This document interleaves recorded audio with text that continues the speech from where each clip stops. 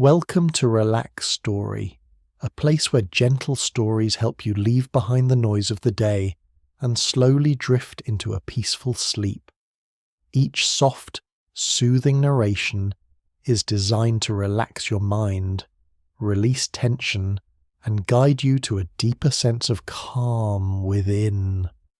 If you enjoy the experience, don't forget to like and subscribe to stay with Relax Story every night, and feel free to leave a comment to share your thoughts or suggest a story you'd love to hear.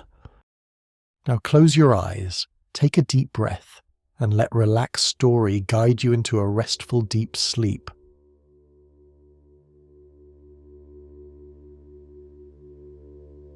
In the midst of the 21st century, at the very heart of Rome, where stone-paved streets have been worn smooth by the passing of countless footsteps over thousands of years, the area around Capitol and Hill opens like a stage bathed in light, a place where history does not linger as a distant memory but stands present in the form of stone blocks, towering columns, and statues that remain silent and enduring, catching the morning sun upon surfaces that have witnessed an empire rise and fall.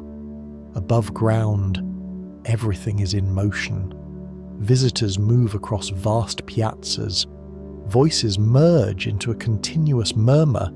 Cameras flash as though frozen fragments of time itself, and the relics of ancient Rome reveal themselves without concealment, as if the entirety of the city's past had been brought to the surface for human hands to touch, for human eyes to see, and for human minds to believe they have understood. Yet just beneath that layer of light, only a few meters below, another world exists without requiring the notice of anyone.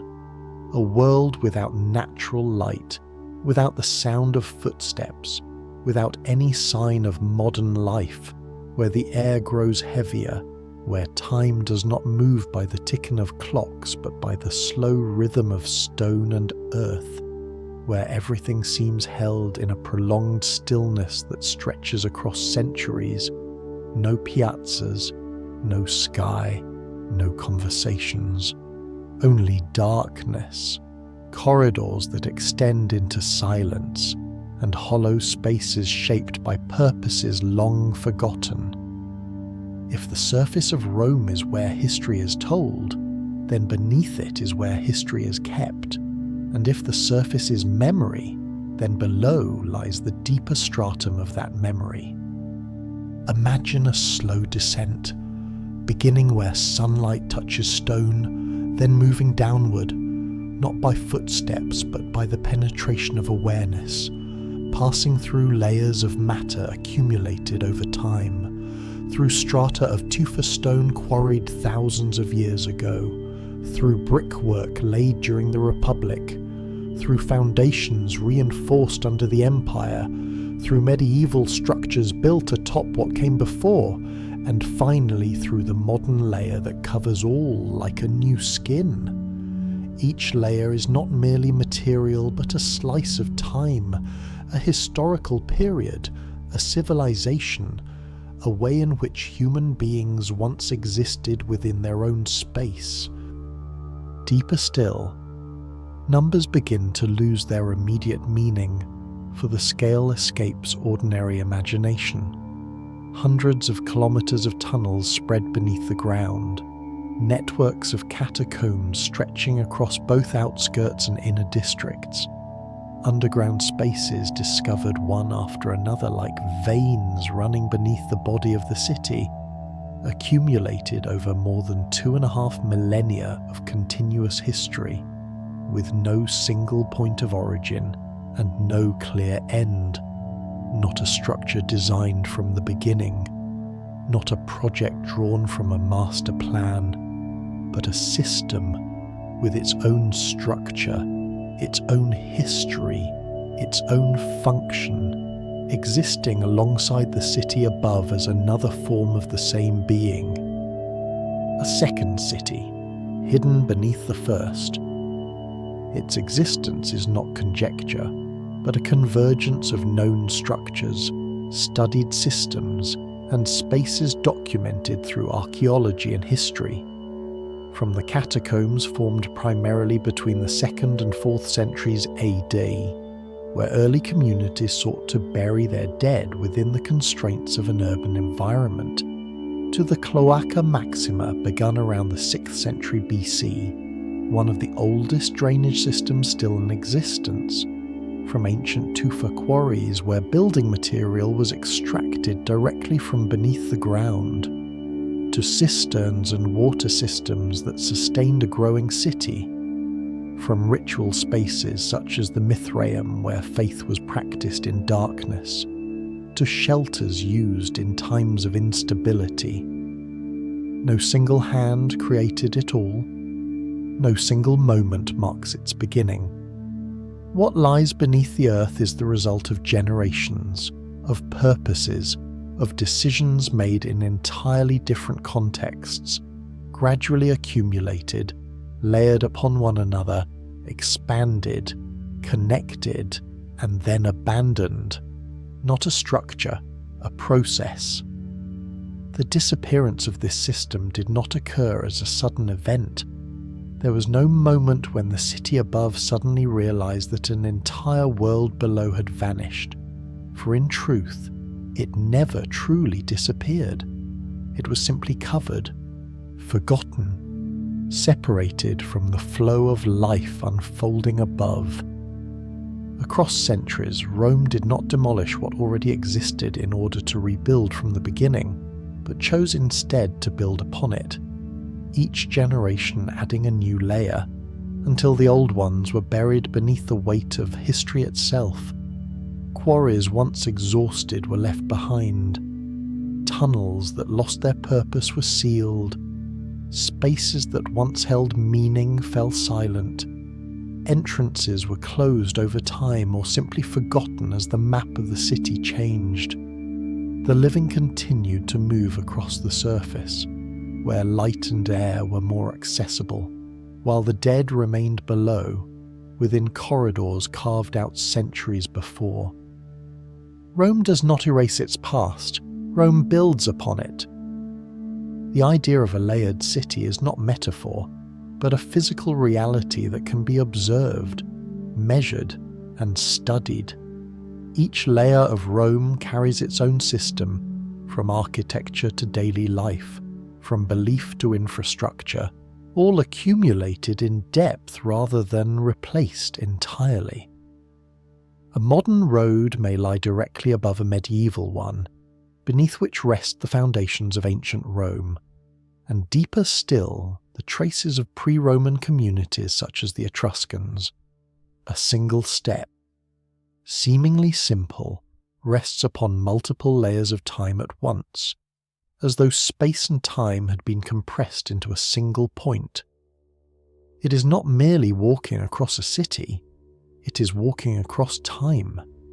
From this perspective, Rome is no longer a collection of structures standing side by side, but a cumulative entity where each layer of the past does not vanish, but sinks deeper, waiting in silence. The city exists not only in 3 dimensions, but in a 4th, less visible one, where time does not pass but settles, layer upon layer, upon layer. Every footstep touching the ground is a point of contact with thousands of years of history. Every road is a surface upheld by worlds that once existed. What lies underground is not a secret in the sense of something deliberately concealed, but a part of the city that has fallen out of sight, a part not yet fully told, a part not yet entirely explored. The corridors are still there, the chambers remain, the spaces persist in darkness, not because they have vanished, but because they no longer belong to the current flow of life. Perhaps most of Rome does not lie before the eyes, but beneath the feet. And if what lies below is not merely the remnants of the past, but a system that once functioned, once connected, once served another form of the city's life, then what remains undiscovered may be far greater than what is already known. Unexplored passages may still stretch through the darkness. Untouched spaces may still preserve traces of rituals, of activities, of stories never recorded in any text. Perhaps what is called Rome is only the surface, the visible part, the illuminated part. A fragment of a far greater structure, extending not only through space, but through the very depth of time. If you are listening from somewhere in the world, leave behind a trace of that place, a small point upon the map of the present, and if you wish to descend further into the buried layers of history, remain, for what lies beneath has only just begun to be revealed.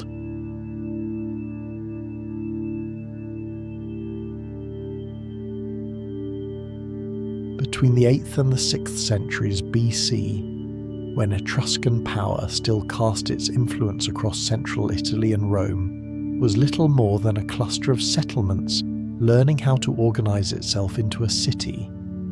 The land that would one day stand at the center of the Roman world bore no resemblance to a capital. It was a low-lying stretch nestled between the rising edges of the Capitoline and the Palatine, opening toward the depressions leading to the Esquiline, a natural basin where rainwater ran down from the hillsides, where groundwater lingered beneath, where mud gathered season after season, leaving the ground damp, low, heavy, difficult to inhabit, difficult to traverse, and even more difficult to support enduring structures, before it became a square, before it became a forum, before it became the political heart of an empire. That place was simply land held tightly by water, a hollow where human beings first had to learn how to dry it, cleanse it, make it capable of sustaining life before they could even think of raising walls, laying roads, or building a city. Rome, in its earliest moment, did not begin with mystery. Rome began with mud. In that setting, the Etruscans appear not merely as a neighbouring culture influencing early Rome, but as those who first understood that to claim this land, one must work with water before working with stone. Their civilization was known for hydraulic skill, for the ability to guide water along chosen paths, for the habit of reshaping terrain rather than yielding to it. And thus the earliest traces beneath the ground were not labyrinths for ritual, nor secret passages built to conceal, but drainage channels, guided flows, technical interventions meant to draw moisture away from the earth. Across Etruscan lands, underground drainage had already been used to reclaim valleys and diminish marshland, and from that same logic, tufa stone was extracted as a readily available material, soft when first taken from the earth, workable enough that people could build above while carving below. The first darkness beneath Rome, therefore, was not born of myth. It was born of the need for the city to breathe. The ground of Rome itself almost invited such a process. The city rests upon layers of volcanic stone, among which tufa held particular importance, soft and porous when quarried, easy to cut, transport, and shape into building blocks, and more durable once exposed to air. From an early stage, both the Etruscans and the early Roman communities excavated this stone to raise walls, reinforce hillsides, and form the foundations of temples, dwellings, and emerging public works. Every block taken from the earth left behind a void. Many small voids joined into cavities. Cavities extended into corridors. Corridors abandoned over time became hollow chambers. never designed as a complete underground world, yet unintentionally forming the physical conditions for such a world to emerge. Rome, in a profound sense, did not build a city beneath the ground before constructing the one above. It built the city above, and in doing so, step by step, created the shadow that lay below. An ancient paradox. Real, inescapably Roman, the city rose, so did the emptiness. By the 6th century BC, the struggle with water reached a threshold beyond which Rome no longer merely resisted its terrain, but began to reshape it. In Roman tradition, the defining work of that turning point is associated with Tarquinius Priscus, a king often linked to the Etruscan world and remembered as the initiator of a great drainage system for the central basin. That work would later be known as the Cloaca Maxima. In its earliest form, it was not yet the vaulted underground conduit preserved in modern imagination, but an open channel, strengthened along the natural course of water, carrying flow from the low-lying Forum area toward the Tiber River. Only later, as land value increased and building space became more precious, was the system gradually covered and developed into a vaulted stone sewer. From a practical ditch, it became one of the oldest drainage systems of the Mediterranean world, and remarkably, parts of it still contribute to water flow in modern Rome. A channel dug to move water away would, in time, carry an entire civilization forward. The meaning of the Cloaca Maxima becomes fully clear only when placed beside the land it transformed. Before it, the basin between the hills could scarcely serve as the centre of a growing city, for standing water not only flooded the ground but weakened its stability, halting construction before it could begin. After it, rainwater and surface flow were directed toward the Tiber. The ground gradually dried, the low terrain reclaimed, and upon that once marshy land, the Roman Forum emerged as the city's most important public space, where power unfolded, commerce was organised, law was spoken, and collective memory was set in stone. This was not merely a sanitary achievement or a technical solution. It was the moment when unsuitable land became the centre of public life, the moment when a scattered settlement gained the chance to become a structured city, the moment when geology yielded to politics. Had that basin remained waterlogged, Rome might have remained a cluster of hills overlooking a swamp, rather than the Rome known to history. From that point onward, what lay beneath the city was no longer a single work. The Cloaca Maxima became a central axis, and from it, smaller branches gradually appeared as population grew, as streets expanded, as needs for water storage, distribution, drainage, cooling, storage, and daily use diversified. Cisterns, auxiliary chambers, covered channels, and spaces formed from old quarries began to appear as complementary layers. There is no evidence that the entirety of underground Rome was ever conceived as a unified master plan. Rather, it grew through necessity, through time, following the natural slopes of the hills, guided by where water needed to move faster, where deeper excavation was required, where surface land had become too valuable to leave open.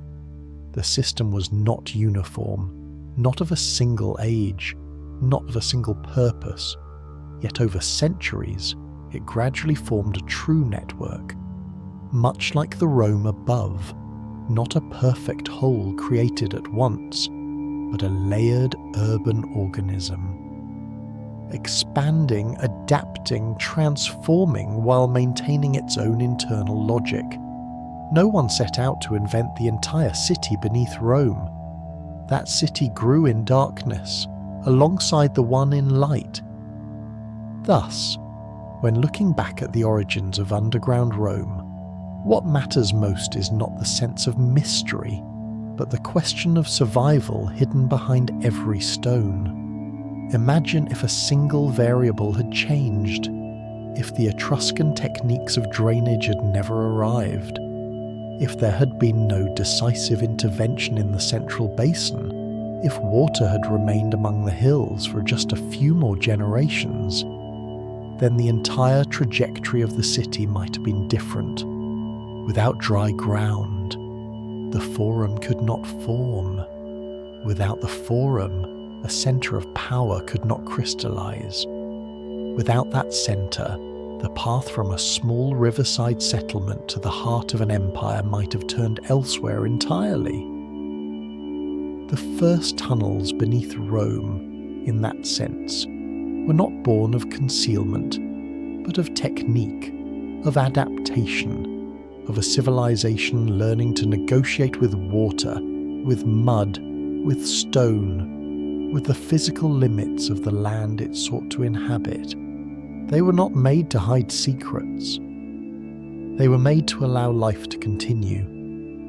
And as time continued to lay new walls, temples, squares, homes, paved courts, and layers of living upon the surface, some of the spaces below gradually lost their original purpose, receding from daily memory, sealed by the very growth above, forgotten in a slow silence, until they were no longer familiar infrastructure, but dark chambers enclosed beneath a city that never ceased building upon its own past.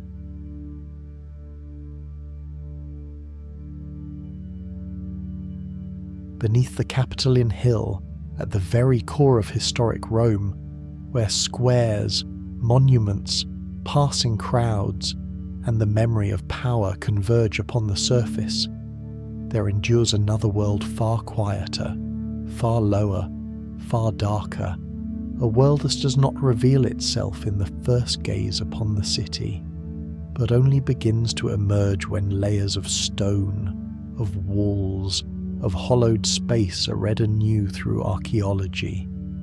This realm lies near the zone bound to the Roman Forum, and the chain of ancient remains long fixed within the imagination of Rome. Yet in contrast to the splendour laid open under the sun, the depths below have existed as a sealed stratum of memory for a very long time, almost beyond the reach of common awareness.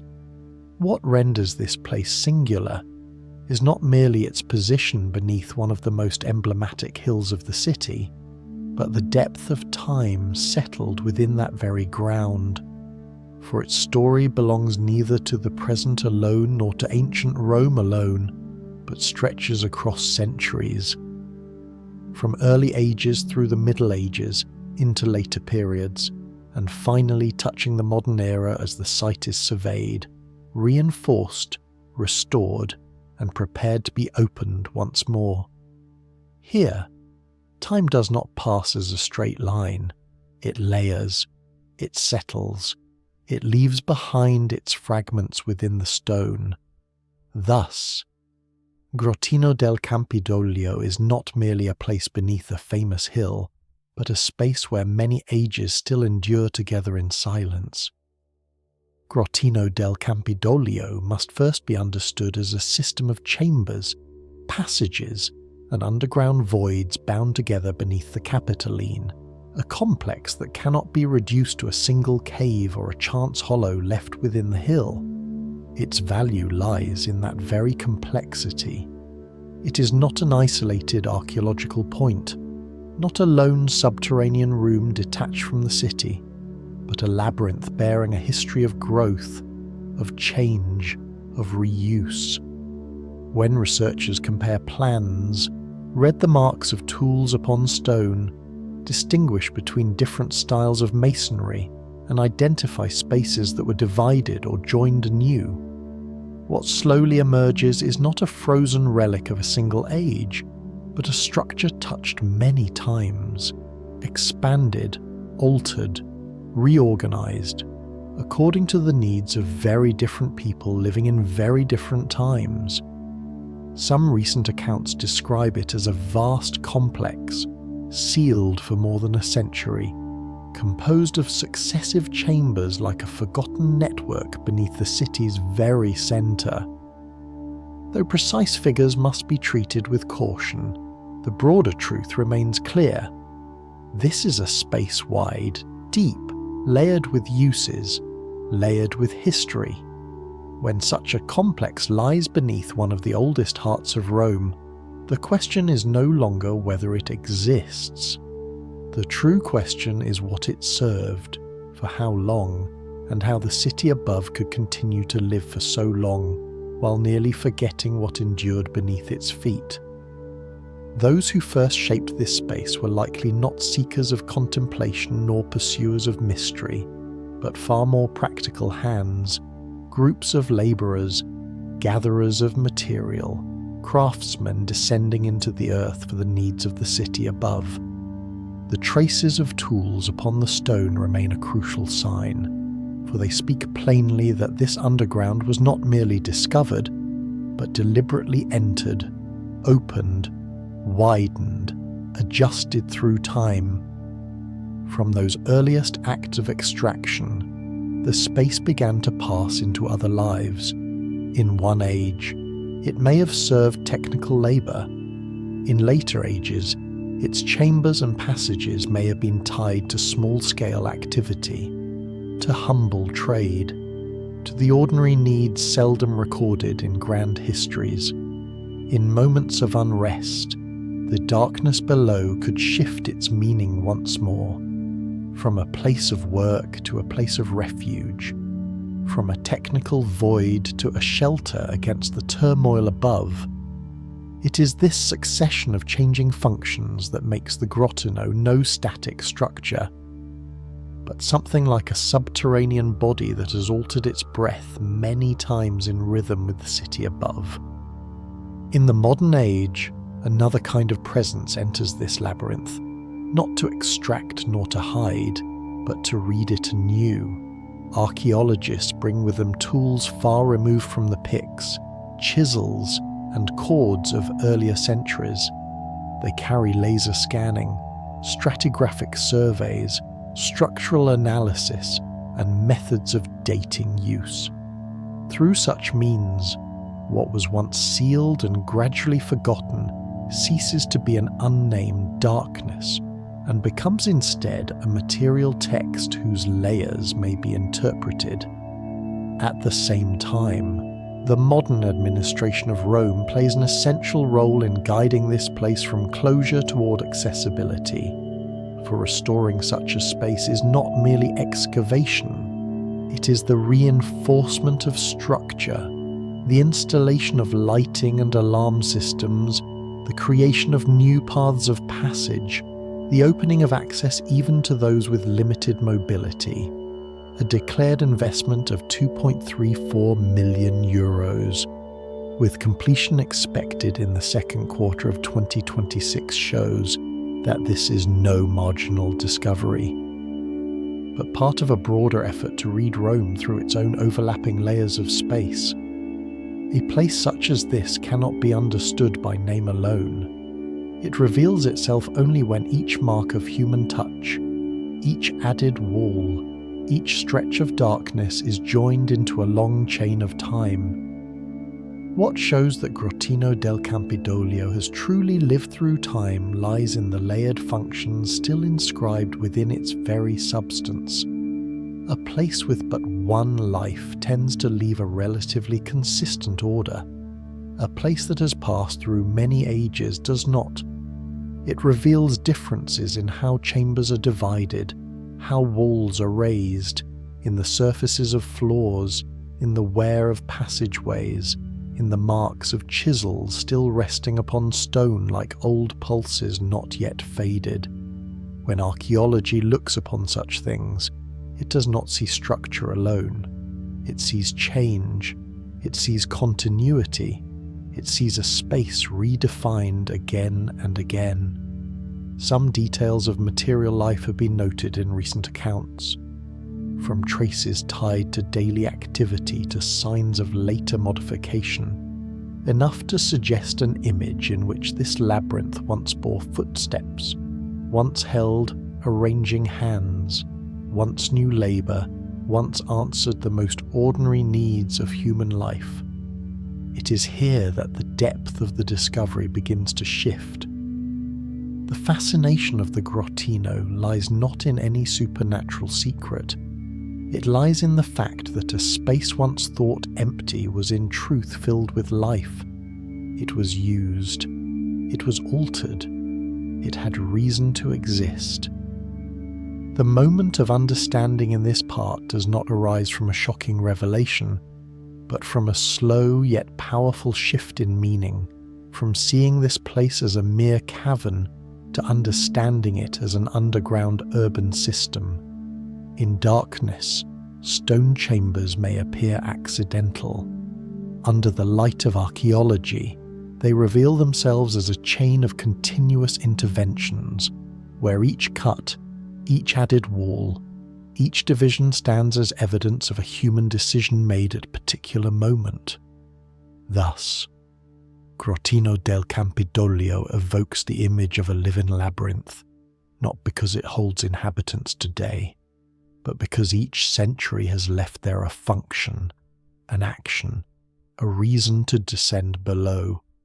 Above is the Rome of squares, monuments, steps, visitors, sunlight striking stone.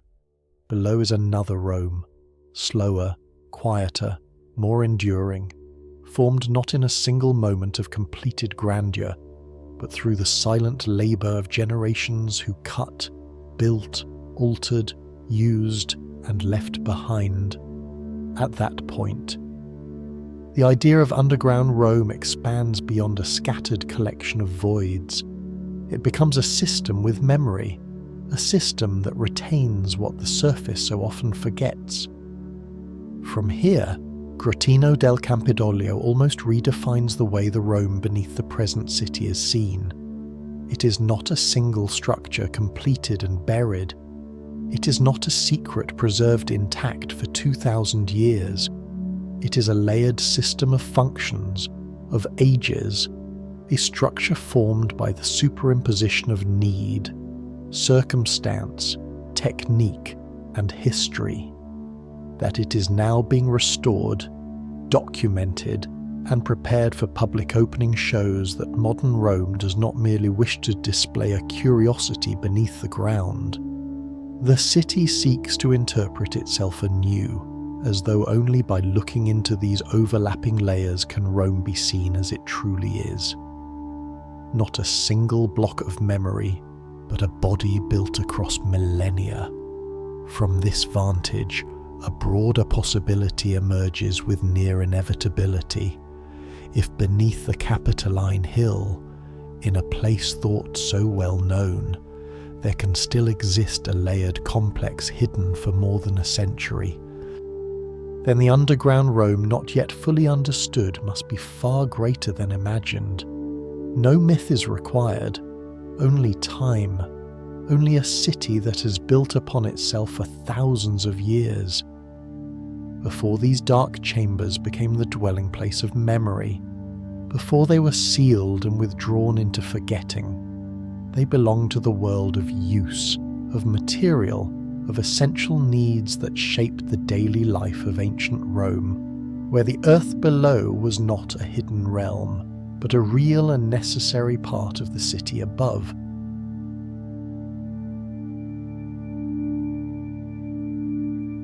From the earliest Roman age through the Republic and into the Empire, Rome did not grow upon a gentle plain, but upon a rugged body of land, a terrain of hills and slopes and low valleys where rainwater flowed down from the heights, gathered, settled, softened the soil, burdened the ground, and slowed every ambition to raise a stable urban centre. Among those ancient hills, the Forum was once a damp lowland prone to flooding, able to become the heart of public life only after water had been diverted.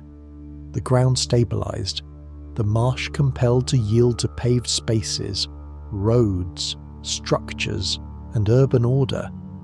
In such a setting, digging into the earth did not arise as a strange idea, nor as the product of myth, but as an almost inevitable response of a city learning how to exist upon its own difficult terrain.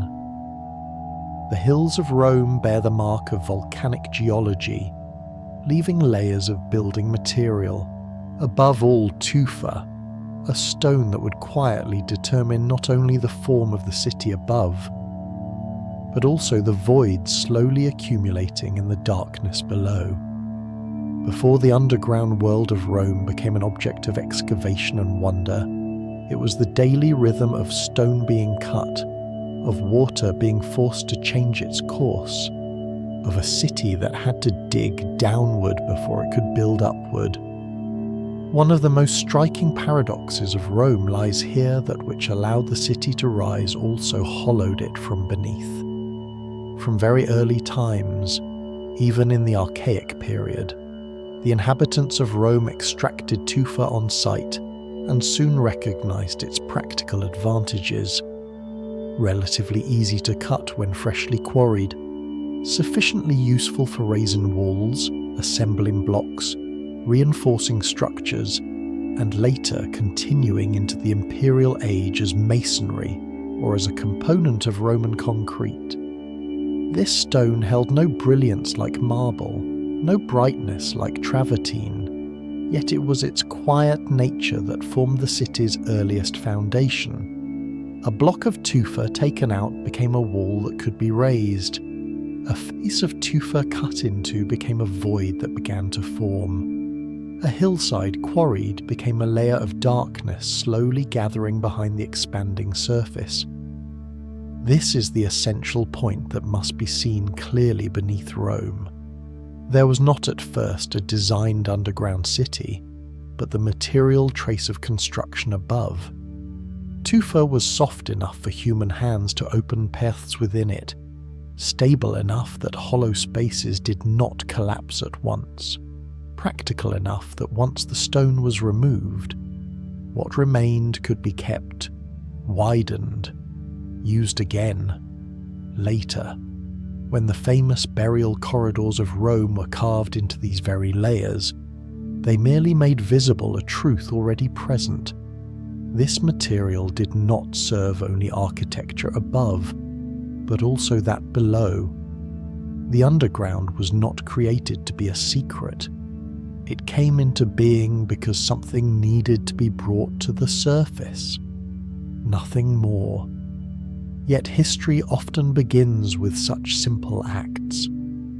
From here, the logic of Rome unfolds like a slow multiplication. The city digs to obtain material. The removal of material leaves cuts, narrow passages, deep chambers. These chambers, over time, cease to be merely what is missing from a hillside and become possibility. The possibility to contain, the possibility to connect, the possibility to be reused, the possibility to wait for another function in another century. Yet stone is only half the story, for if material allowed Rome to build, it was water that determined whether Rome could preserve what it had built. Between the hills of Rome, water does not flow by human will. It follows gravity, the seasons of rain, the slope of the land, the natural structure of low valleys. The Forum in its earliest state was a place where water gathered easily, where damp soil, silt, and mud made the creation of a public centre nearly impossible without altering entirely the movement of water through that space. As the city expanded from high ground into lower areas, the control of water was no longer a choice. It was the first condition of urban order. Existing flows had to be gathered, marshes had to be drained, the ground had to be rescued from its own softness. Only then could the square appear. Only then could streets hold their shape. Only then could a political and public centre endure. In that context, the Cloaca Maxima emerged not as a romantic symbol of ancient engineering, but as a decision of survival. At first, around the 6th century before the Common Era, it was an open drainage channel following a natural course. By the 3rd century before the Common Era, it was gradually vaulted in stone, becoming more durable, more enclosed, more complex. Its initial purpose was clear to carry rainwater away from the Forum into the Tiber. Only later, especially during the imperial period, were public baths and large latrines connected to the system, turning it from a drainage work into part of a vast urban sanitation network. Here, Rome appears not first as a city of beautiful arches, but as a city where water was compelled to change its path so that life above could be ordered anew. Thus, to dig in Rome was not only to take what was useful, but also to remove what hindered, to dig for stone, to dig to guide water, to dig to dry the lowlands, to dig to protect foundations, to dig in preparation for squares, for paved streets, for the structures that later generations would admire, while the unseen labour that allowed them to stand lay deep beneath their feet. Before Rome could raise its grandeur, it had to resolve its mire. The story turns here, for once water was controlled.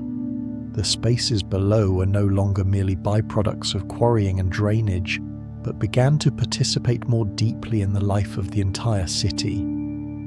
As Rome grew, the earth beneath it grew as well, though not according to a single grand design. It developed as a living body does, thickening in one place, extending in another, forming here from urgent need, persisting there through adaptation. From quarry chambers and corridors cut into stone, the Romans developed various technical places to hold water for reserve, places to channel water for continuous supply, places to support structures above, places where infrastructure could operate beyond the sight of those walking the streets. Beneath the city was a layer of circulation. Beneath that circulation was a layer of accumulation. Beneath that accumulation was time.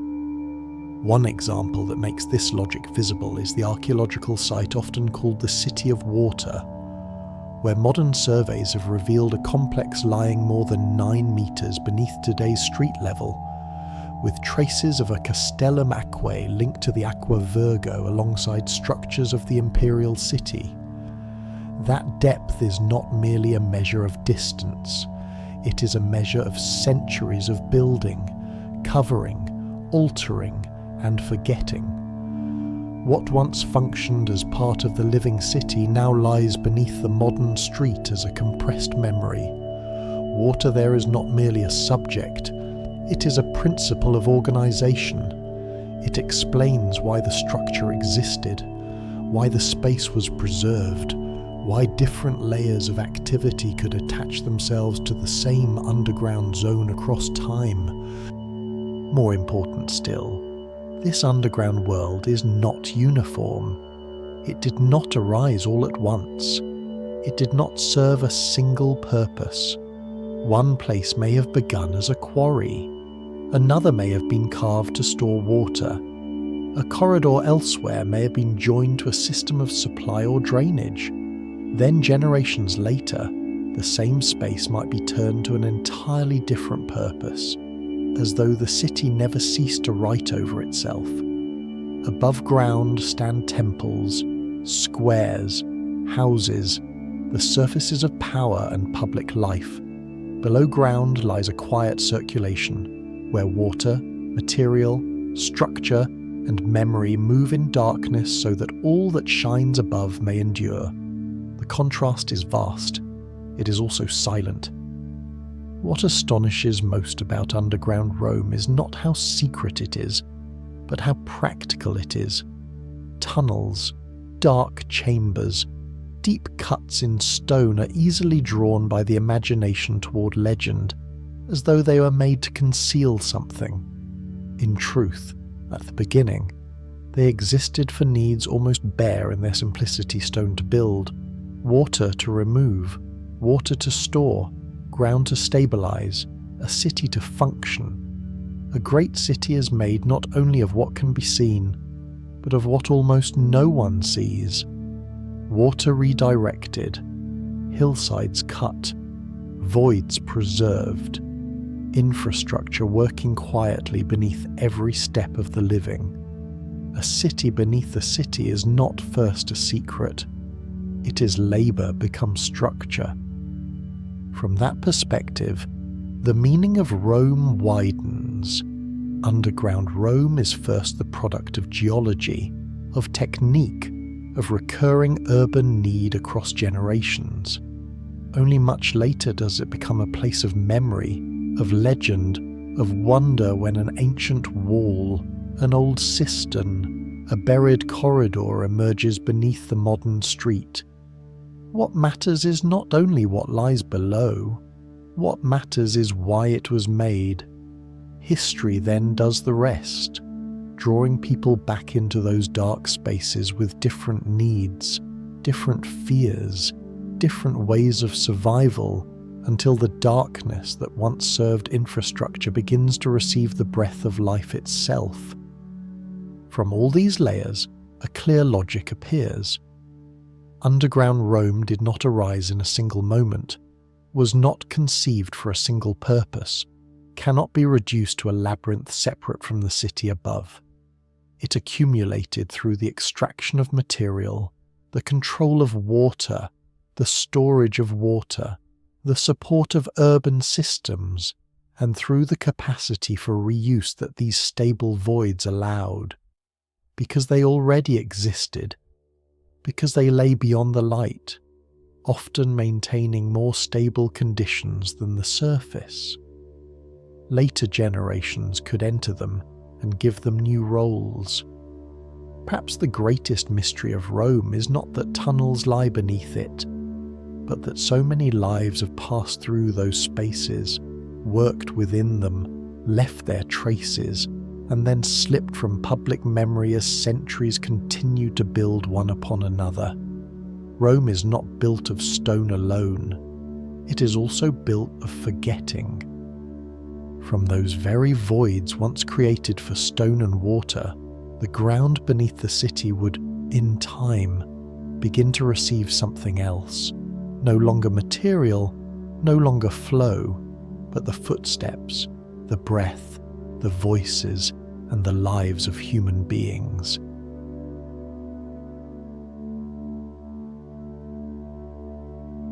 Rome was not raised by height alone, by temples, plazas, and domes reaching upward, but thickened downward as well, through layers of earth and stone and hollowed spaces that never truly vanished. From the Middle Ages, through the Renaissance, into the early modern era, and even into the 20th century under the shadow of war, the city endured by building upon itself, until what had once been left beneath the streets was drawn back again into the rhythm of daily life.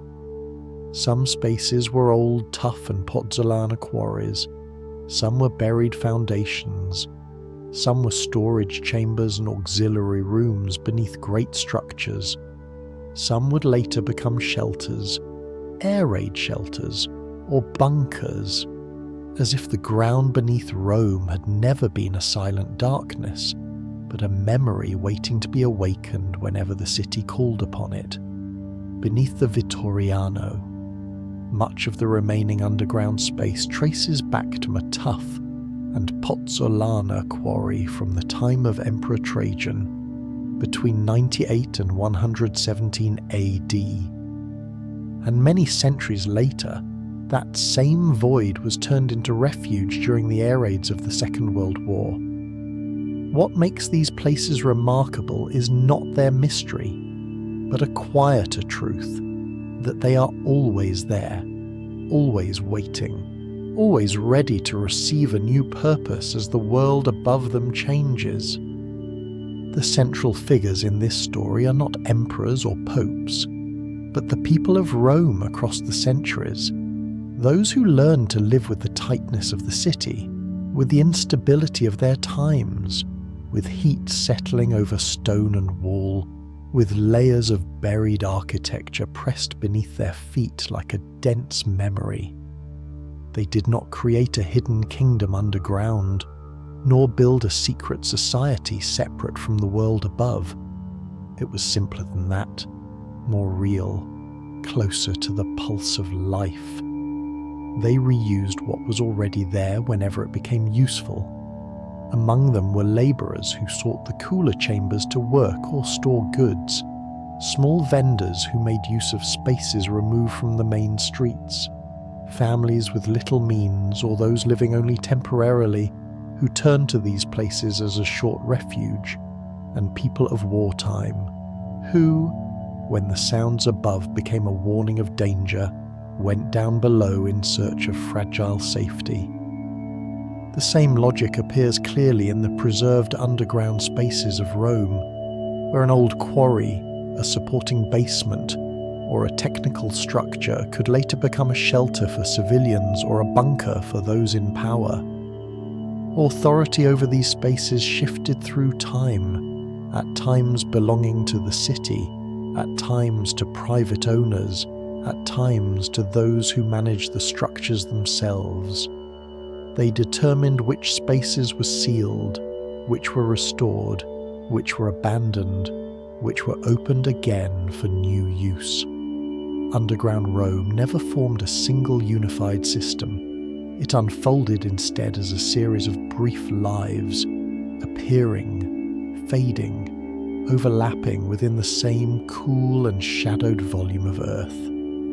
To understand it is to see a succession of descents, each generation stepping downward for its own reason. Look closely, and what emerges is not stillness, but a slow, unbroken transformation of purpose. At first, these spaces were technical voids, material quarries, silent parts of the city's body providing stone and volcanic ash. Later, they became storage. Later still, workplaces, small service areas, temporary living spaces for those with few options. And when war cast its shadow, they shifted once more, becoming shelters. The Vittoriano stands as a clear example, where beneath the remains of a quarry from Trajan's time, a space that once helped build ancient Rome was reshaped to protect its people in the 20th century. There is something almost self-evident in this. Beneath the ground, it is cooler in heat. Beneath the ground, it is enclosed when the surface grows unstable. Beneath the ground, it is removed from the noise. Beneath the ground, because it already exists, it demands less than building anew. These simple physical conditions drew such spaces into the lives of those who had to adapt the most. They belong not only to myth or archaeology, but to necessity. The underground layers of Rome were never a single continuous community. They were passages through which many groups moved, some extracted and left, some stored and moved on, workers, traders, the poor, the displaced, those in hiding. Each left only a thin trace, like dust on stone, before giving way to another. What animates these dark spaces is not the endurance of a secret society, but the repetition of an ancient urban act. When the surface no longer suffices, people go below. That is all, and yet that is history. By the 20th century, this current of descent reached a memory far closer, where underground Rome was no longer confined to distant centuries, but entered the realm of modern fear. During the Second World War, some of these spaces were adapted into bomb shelters, and ancient darkness became a place of immediate survival, At the Vittoriano, the underground, once the remains of a quarry from Trajan's era, served as an air raid shelter for civilians with no means of protection. The image carries a deep weight, for the same stone that once built the ancient city, nearly 2 millennia later, shielded its inhabitants from danger falling from the sky. Inside, there was more than darkness. There were seats, first aid stations, drinking water, emergency exits, toilets. These small details change everything, drawing the story out of abstraction and placing it into the realm of the body, of breath, of long nights spent waiting in silence, uncertain of what unfolded above, at Villa Torlonia. Beneath the Casino Nobile, the story takes another form, shaped by the time of Mussolini and structures built for war. The air raid shelter there was constructed in 1941, used between 1942 and 1943 with reinforced concrete walls 120 centimetres thick, gas-proof doors, and systems for air circulation and filtration.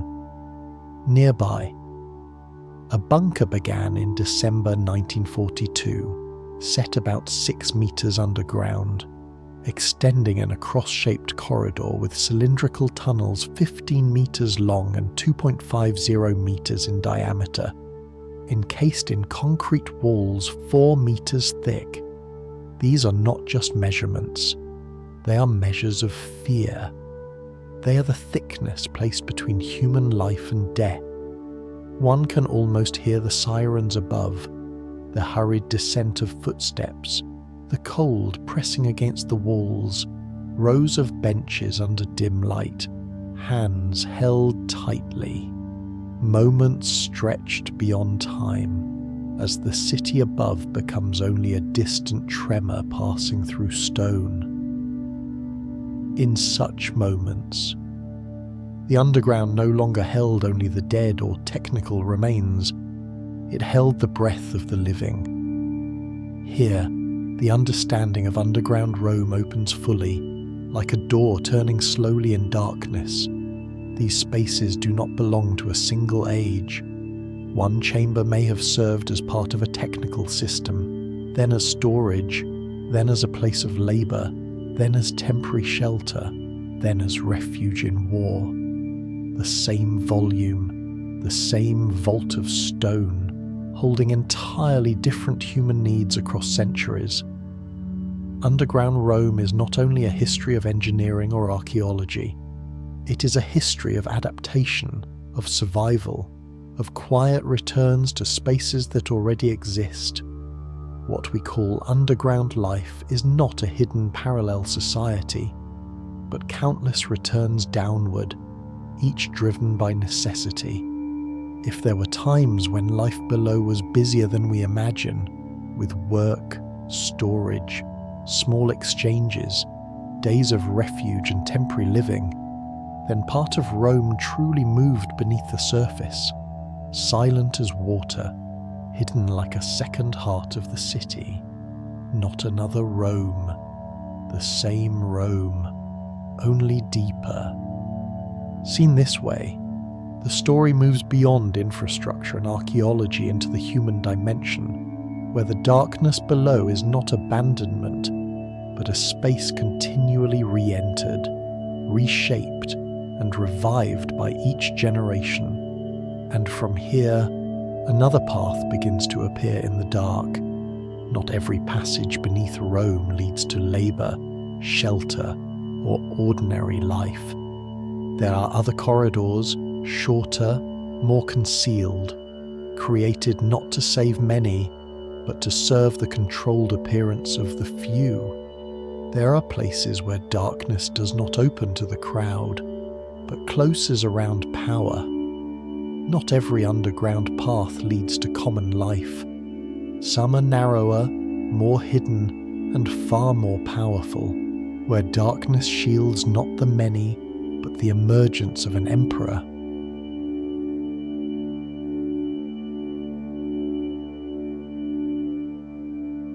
In the late 2nd century AD, when Commodus sat upon the throne of the Roman Empire, the Colosseum had already become more than a structure of overwhelming scale or a place where crowds gathered for blood-soaked spectacle.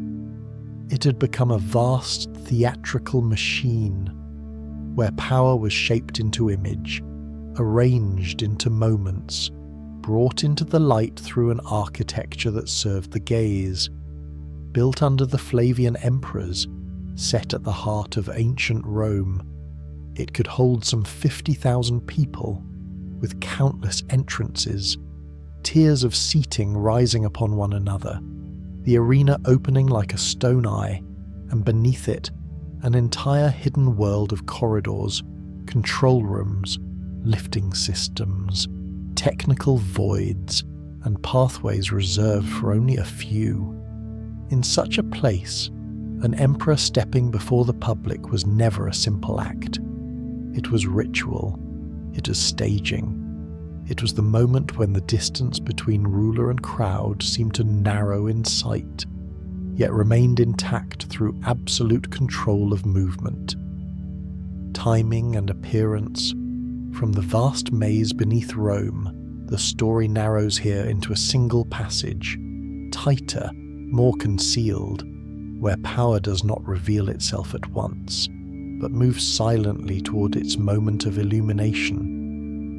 Commodus stands as a figure almost inseparable from this scene. Among Roman emperors, few bound themselves to the arena so directly, so obsessively. Born in 161, ruling from 177 to 192, sole emperor from 180, he came to power when the Colosseum had already become a complete symbol of Roman urban authority. Contemporary accounts suggest he did not merely observe from above, untouchable, but entered the arena repeatedly, dressed in spectacle, hunting beasts, appearing as a fighter, even performing in displays that took on the nature of gladiatorial combat. This was not merely personal inclination. It was the act of drawing the image of the emperor into the arena itself, making the arena part of political identity. An emperor seated above is power observing. An emperor descending into the arena is power becoming part of the spectacle.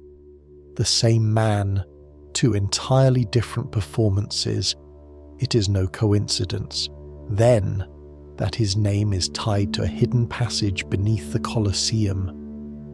It follows the logic of a rain that turned presence into ritual, and the act of appearing into something prepared in darkness before it entered the light. Thus the passage that bears his name emerges not as a minor archaeological detail, but as a key to understanding how Rome staged power.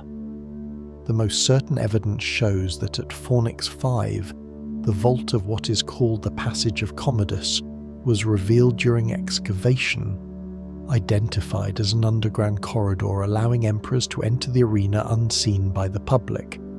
That alone reshapes the understanding of the Colosseum's depths. This is not legend, not embellishment. It is a real space, archaeologically recognized, tied to imperial privilege, tied to the control of appearance before tens of thousands.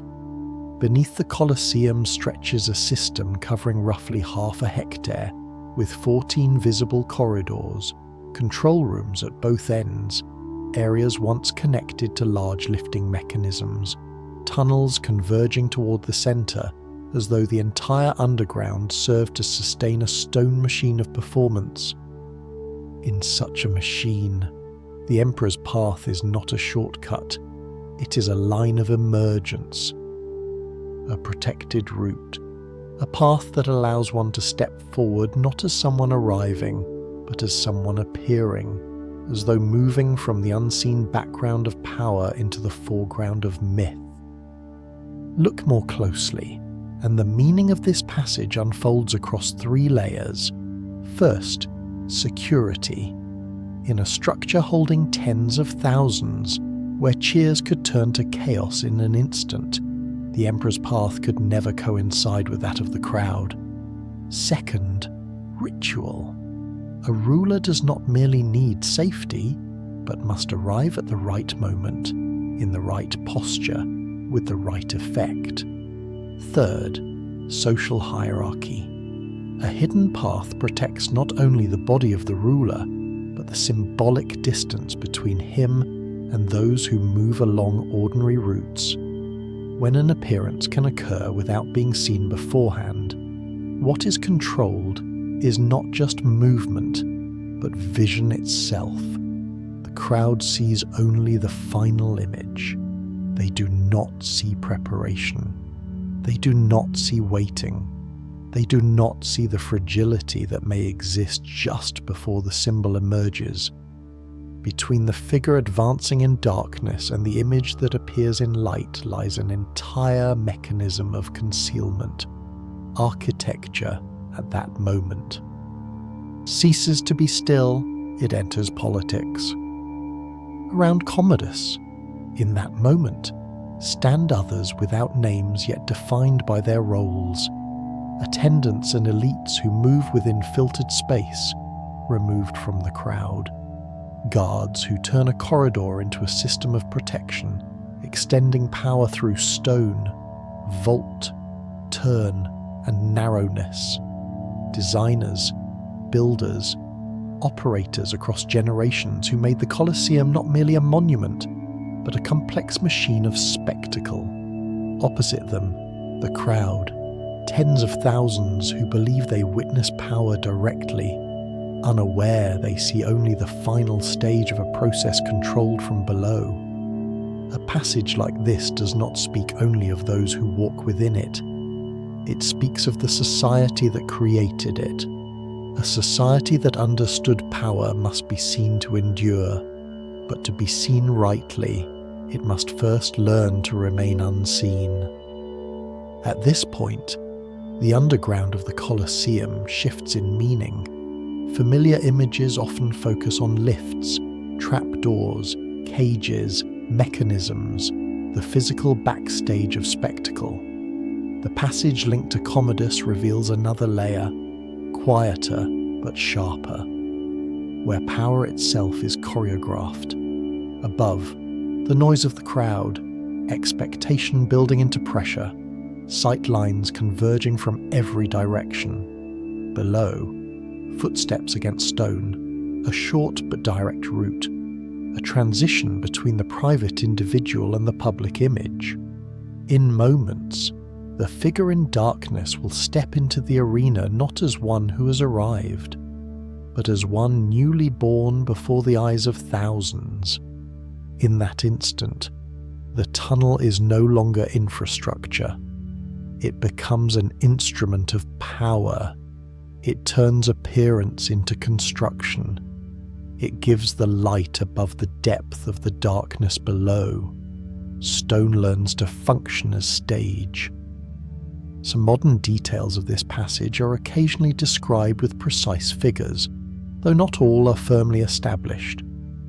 What is certain lies in its existence, its direction, its addition not in the original design but between the late years of Domitian and the early reign of Trajan. Its branching structure, its marble-clad light openings, its decorated surfaces showing it was never meant for heavy labour or crude transport. It was finished, adorned, refined, bearing the marks of privilege. It was excavated, studied, restored after centuries of neglect and damp decay. That is enough. A passage need not be long to carry great meaning. It need only be hidden enough to conceal, direct enough to shorten distance, exclusive enough to separate one fate from all others. Its final significance lies in revealing yet another layer of Rome beneath the surface. These underground spaces did not serve only water, stone, goods, or daily life. They also served political ritual, social order, and the performance of power. A passage beneath the Colosseum shows that the earth of Rome is not silent. It conceals, it prepares, it organizes the moment when a person steps into light as though passing through an unseen threshold between reality and symbol. From here, darkness itself begins to change.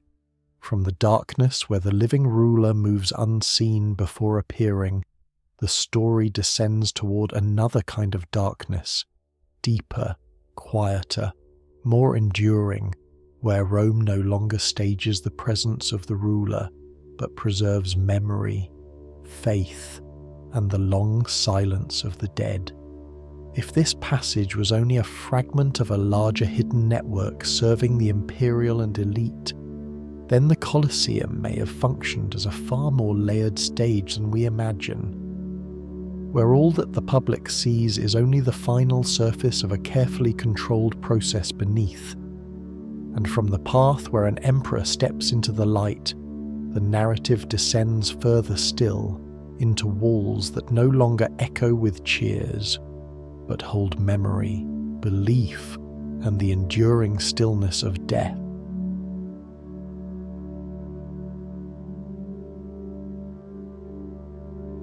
From the late 2nd century into the early 3rd century AD, when Rome had already become a city dense with the living, thick with the sound of footsteps, the rumble of wheels over a stone, the rush of water through the empire's aqueducts and underground drains.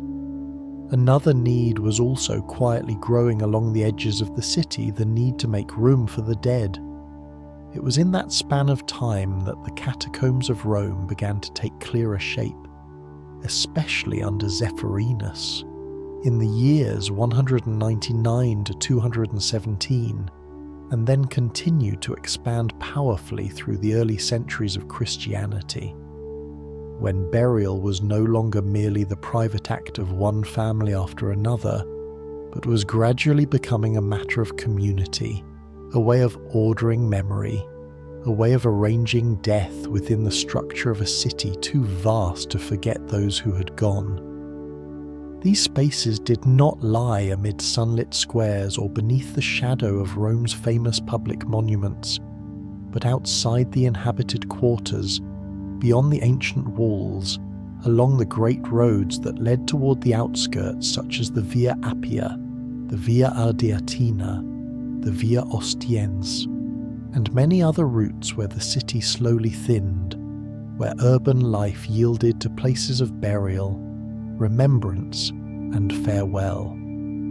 That was in keeping with the old custom of ancient Rome, where the dead were usually placed outside the spaces of the living, as though an entire civilization had long understood that a city could keep breathing only if it knew how to divide the boundary between the dwelling place of the present and the resting place of the past.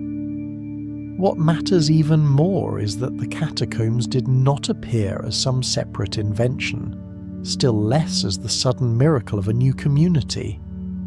The practice of hypogeia, burial spaces cut into the earth, already had precedence in Etruscan, Jewish, and Roman tradition. Early Christianity did not conjure the idea of underground burial out of emptiness, but it expanded it, organized it, and turned it into a system of many levels, many corridors, many layers of memory deeper than before. From that point on, the catacombs were no longer merely places where bodies were laid. They gradually became an architecture of belief, where death was arranged not as a chaotic ending, but as a silent order lying beneath the city. In other words, the catacombs did not begin as an underground legend, but as a deeply practical, deeply organized answer from a Rome that was seeking room for the dead, for memory, and for all that human beings hoped might continue after death. If the catacombs were a world slowly opening in the dark, then in that early phase one of the central figures was Zephyrinus.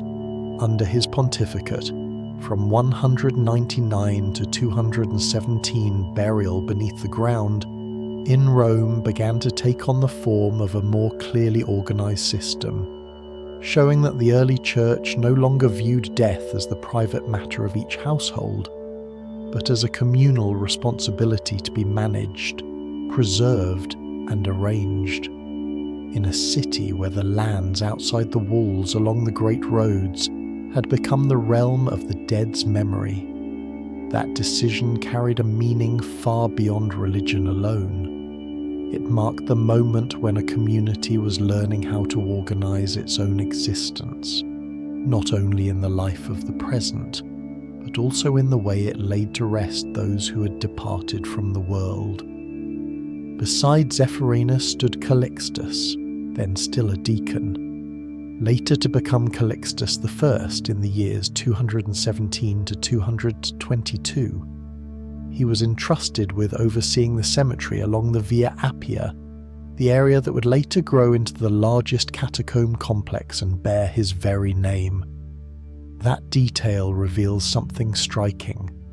The catacombs did not grow by chance, like natural caves slowly swallowed by time and earth, but under the hand of administration, under an organizing vision, under the need to create a burial ground with order, every corridor newly opened, every grave niche cut into stone, every section more clearly divided, shows that this underworld was never without design. It was planned by faith, yes, but it was also planned by governance. Yet those individuals were only the beginning. The true force that drove the catacombs outward lay in Rome's earliest Christian communities themselves. They did not simply bury their dead together, they also left upon the walls, upon the slabs sealing graves, within burial chambers, the signs of a faith still taking shape. Fish, doves, anchors, the figure of the shepherd, signs that suggested salvation, peace, and life after death, turned those burial spaces into one of the earliest treasuries of Christian art. Memory was no longer mute. It had form, mark, symbol, and a language of its own, gentle enough not to disturb the stillness of the dead, yet enduring enough to pass through many centuries. By the centuries that followed, especially from the 4th to the 6th, the catacombs took on yet another layer of meaning. As the veneration of the martyrs grew, as popes and pilgrims returned to those old burial places, the catacombs were no longer only cemeteries. Under Damasus, the tombs as martyrs were sought out, restored, adorned, and then became destinations of pilgrimage and devotion. From then on, the darkness of the catacombs no longer held only bodies, but also sacred memory, the stories of those whom the community believed had borne witness to their faith with their very lives. A burial system, once set into that current, slowly became an underground necropolis widening through time, where order, community, and religious memory were woven together so tightly that they can scarcely be separated. The catacombs of Rome did not appear at once in the form of a finished labyrinth. They grew like roots sinking deeper into the earth, year after year, generation after generation. As the number of the dead increased, as the need for communal burial became more regular, the corridors were extended, the burial chambers dug farther, the passageways branched and joined again, then continued deeper into the soft stone. Seen from above, there was almost nothing to behold but earth, grass, and the roads of the outskirts. Seen from below, another world opened, slower, quieter, yet ever widening, as though Rome itself had made for itself a second city beneath the first. And the structure of that world was not chaotic at all. Along the walls were the loculi, long grave niches set in rows, repeating like a rhythm of stone and memory. In more important places were the arcosolia, larger tombs beneath curved arches, creating a sense at once solemn and set apart.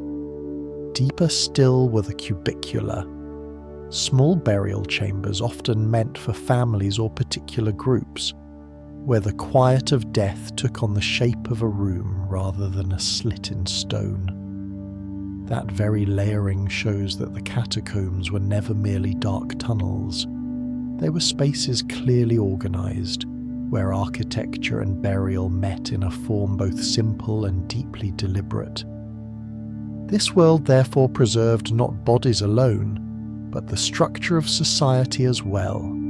There were individual graves, there were chambers for families, there were places bound to remembrance, there were areas linked to martyrs, there were painted figures, there were inscriptions, there were traces of professions, symbols of salvation, signs of faith. A dead man laid within a loculus might remain silent for centuries, yet the slab that sealed his tomb still spoke on behalf of an entire community, spoke of what they believed, what they remembered, what they awaited. In some places, funeral meals and commemorative rites were also held in relation to family tombs or devotional spaces, making the catacombs places where memory was sustained in cycles, not buried once and lost forever. That is why beneath Rome there are not only empty stretches running through darkness, but a city of the departed arranged through corridors, burial chambers, symbols, and recollection. A city silent yet by no means anonymous. From that moment on, the important question was no longer only whom they buried here, but what this place meant to those who went on living above the ground. The catacombs were never merely a practical solution for burial. They were bound to belief in the resurrection, to the memory of the martyrs, to rites of remembrance observed on the day of burial or on the anniversary of death, to those returns made in order to remember, to pray, to keep the departed from falling away from the memory of the community. For that reason, the walls within the catacombs did not merely hold back the earth and stone above, they also upheld a very ancient idea that death is not the final point of the human story. The symbols painted and carved within the catacombs were not there to make the cold less severe. They were the language of hope. A fish might call to mind the Saviour, a dove might speak of the peace of heaven, an anchor might suggest the steadfastness of faith, a shepherd might speak of sheltering care. Through such images, private grief was placed within a wider order, where personal memory gradually flowed into communal memory, where death was seen as a passage rather than an absolute erasure. And so the catacombs preserved both the body and the meaning the community wished to give that body. Even so, their limits must be seen clearly. The catacombs were not, in the literal sense, an underground city of the living. They were not places where crowds dwelt continually, nor secret chambers in which the whole community gathered week after week. The narrow, dark, and lengthening structure of the corridors shows how difficult that would have been on any large scale. Their fundamental role remained that of a carefully organised burial system outside the zones of urban life, helping separate the dead from the spaces of the living and preserve the order of burial in a vast city. Yet that very limitation deepens their meaning, because they were not places of ordinary daily life. Each return to the catacombs bore the character of remembrance, of pilgrimage, of connection with the past more than of routine activity. As devotion to the martyrs grew ever stronger, the catacombs began to hold two modes of existence at once. They were places of the dead. They were also places to which the living returned in order to touch a history of faith older than their own age. The steps of pilgrims moving through narrow corridors, the scant light falling from above, the silent ranks of loculi stretching on both sides. All these came together into a most singular feeling, as though Rome beneath the earth did not stand against Rome above it, but completed it, like a layer of memory lying lower, darker, yet more enduring. From then on, the catacombs were no longer merely a burial infrastructure. They became a treasury of belief, where every wall, every niche, every small carved mark seemed still to hold some portion of the voices of those who had withdrawn from the official text of history, yet had never wholly vanished.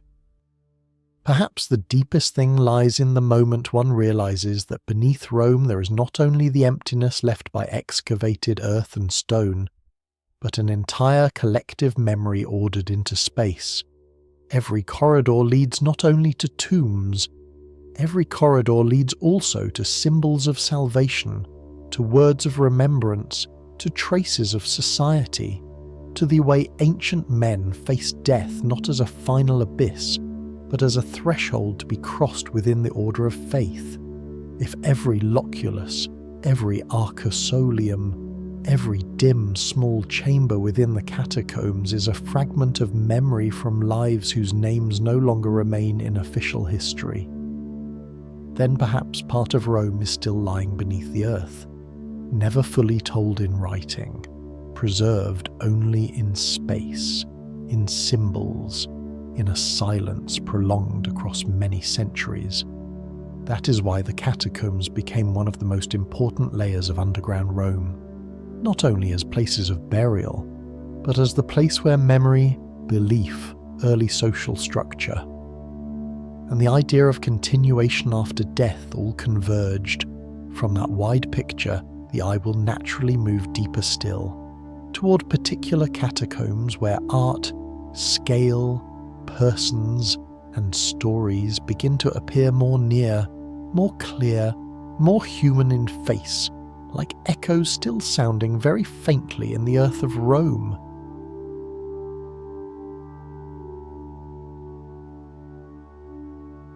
Once the broad vision of the catacombs beneath Rome has emerged as a vast cemetery spreading under the ground, the gaze now narrows, comes closer, sinks lower, grows more specific, as though from a shadowed map of an entire buried city we suddenly step into two places with names, with location, with memories of their own, with traces distinct enough that history is no longer a single block of darkness.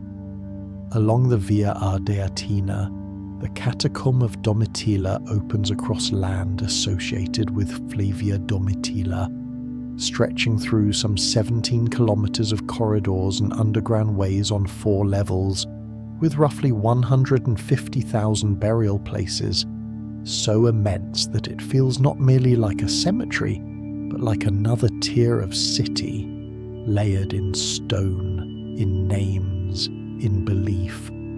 Elsewhere in Rome, near the Via Ostiense, and the route that today corresponds to the Via delle Sette Chiese, within the region of Giovanipoli Park, the catacomb of Commodilla appears smaller, yet denser. Made remarkable by the tombs of Felix and Adauto, by its layers of Byzantine painting, by a 9th century graffito that still sounds like a voice gone astray from time itself. From here on, the catacomb is no longer a general notion. It begins to take on a face.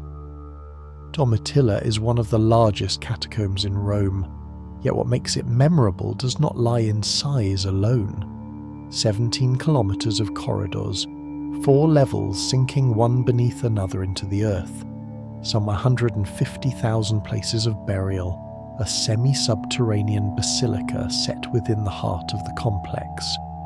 All these details make Domitilla appear not as a disorderly maze, but as a structure organized, expanded, and sustained across a long span of time, where memory does not lie scattered, but is arranged into material order, seen from above ground. Rome is a city of hills, temples, and stone roads, seen from below through Domitilla.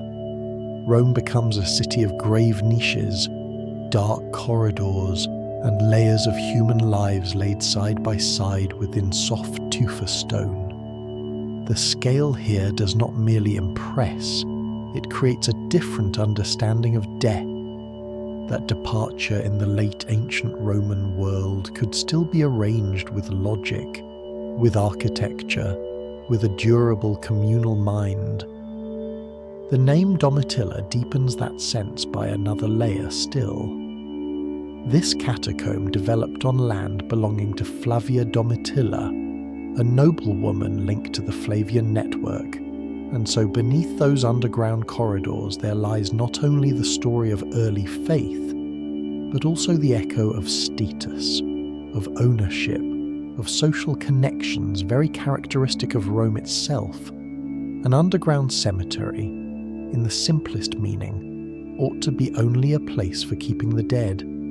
Yet here, from the very name onward, one can already see that death was never wholly severed from the order of the living. To whom the land belonged, under what circumstances the burial ground was opened, which community possessed the means to extend that space.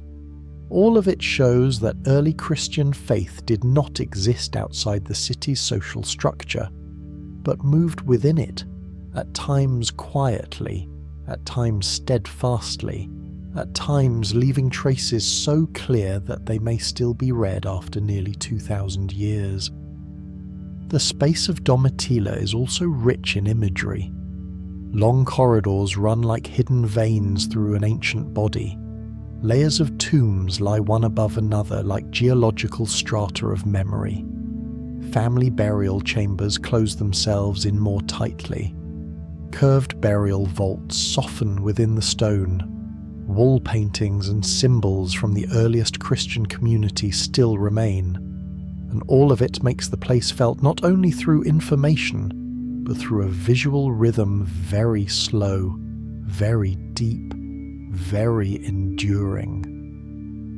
At the centre stands the semi-subterranean basilica of the martyrs Nereus and Achilleus, an architecture that blurs the boundary between cemetery and pilgrimage site, as though the earth below not only preserved relics, but had been reshaped to preserve sacred presence. One place opens into another. A corridor leads to a grave niche, the niche to a small chamber, the chamber to a painted space, and all of it returns at last to darkness. The space here knows how to open and then to close again. One detail makes Domitilla draw nearer, become more real, more specific, the traces of the fossori, the workers who dug, divided, prepared, and adorned burial spaces. The moment their presence is recognized, the catacomb changes its nature. It is no longer merely a symbol of faith or repose, but the result of labor, of skill, of days passing one after another, of hands that knew how to measure the distance between grave niches, how to cut into the stone, how to turn memory into enduring structure. Between faith and matter there is always an intermediate layer seldom spoken of, and that layer is human effort. The fossori are that layer. Through them, Domitilla is not only a burial place for the dead, it is a work of the living. If Domitilla opens with a feeling of vastness, Commodilla moves in another direction, smaller, more concentrated, more hushed, like a chamber of memory long kept sealed. Lying near the Via Ostiense and the Via del Sette Chiese, in the area now known as Giovanni Poli Park, it most likely bears the name of a matron called Commodilla, who gave the land on which that underground cemetery was established. That detail alone already gives the site a tone of its own, for the name of a woman remains not only upon the surface of texts, but sinks into the very space beneath the earth. making the place at once a site of burial and a trace of patronage. At Commodilla, scale does not overwhelm the senses as it does at Domitilla. What first remains is density. At the heart of Commodilla lies the memory of Felix and Adalto, two martyrs believed to have died in the early 4th century under Diocletian. Their tomb became the nucleus of the entire complex, around which the crypt, the commemorative area, and then the underground basilica devoted to veneration gradually took shape. Once the tombs of martyrs are present, the space no longer functions merely as a place for keeping remains. It begins to draw toward itself the footsteps of pilgrims, the words of prayer, the layers of imagery added century after century. Death thereby changes its meaning. It is no longer merely the end of a single life, but becomes the point from which a long tradition of remembrance begins. At Commodilla, that concentration makes the feeling of the place thicker, nearer, as though every wall still held some trace of the breath of later devotion. The distinctiveness of Commodilla also lies in the layers of art found within its underground basilica. There is Christ upon the globe handing the keys to St. Peter, with Adalto and Marita beside him. Opposite stand St. Paul, Felix, and Stephen Orante. Nearby there is the figure of the widow Tertura being led before the Virgin and Child, and also the portrait of St. Luke with his medical instruments. These images do more than enrich the surfaces of the walls. They show that the place continued to live after the moment of its first burials, continued to be interpreted, continued to receive new layers of theology, symbol, and devotion.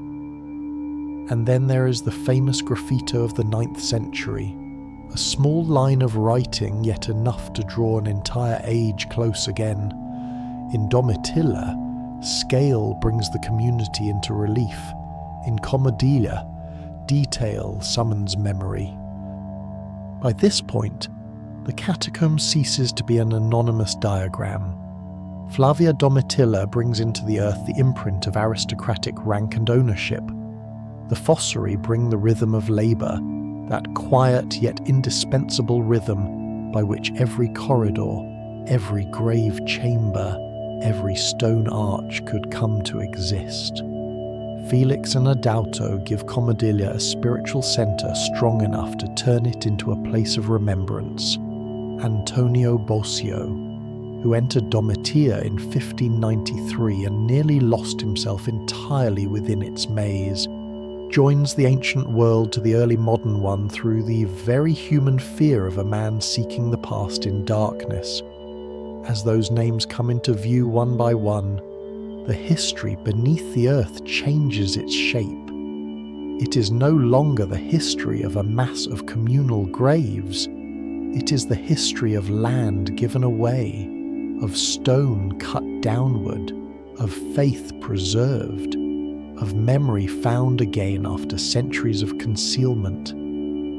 The deepest stillness along this path lies in the way the catacomb suddenly becomes unexpectedly intimate. No longer only a vast necropolis lying beneath Rome, it is now a place with its own name, its patron, its diggers, its martyrs, its basilica, its wall paintings, its graffito, its very concrete signs of social standing and pilgrimage tradition.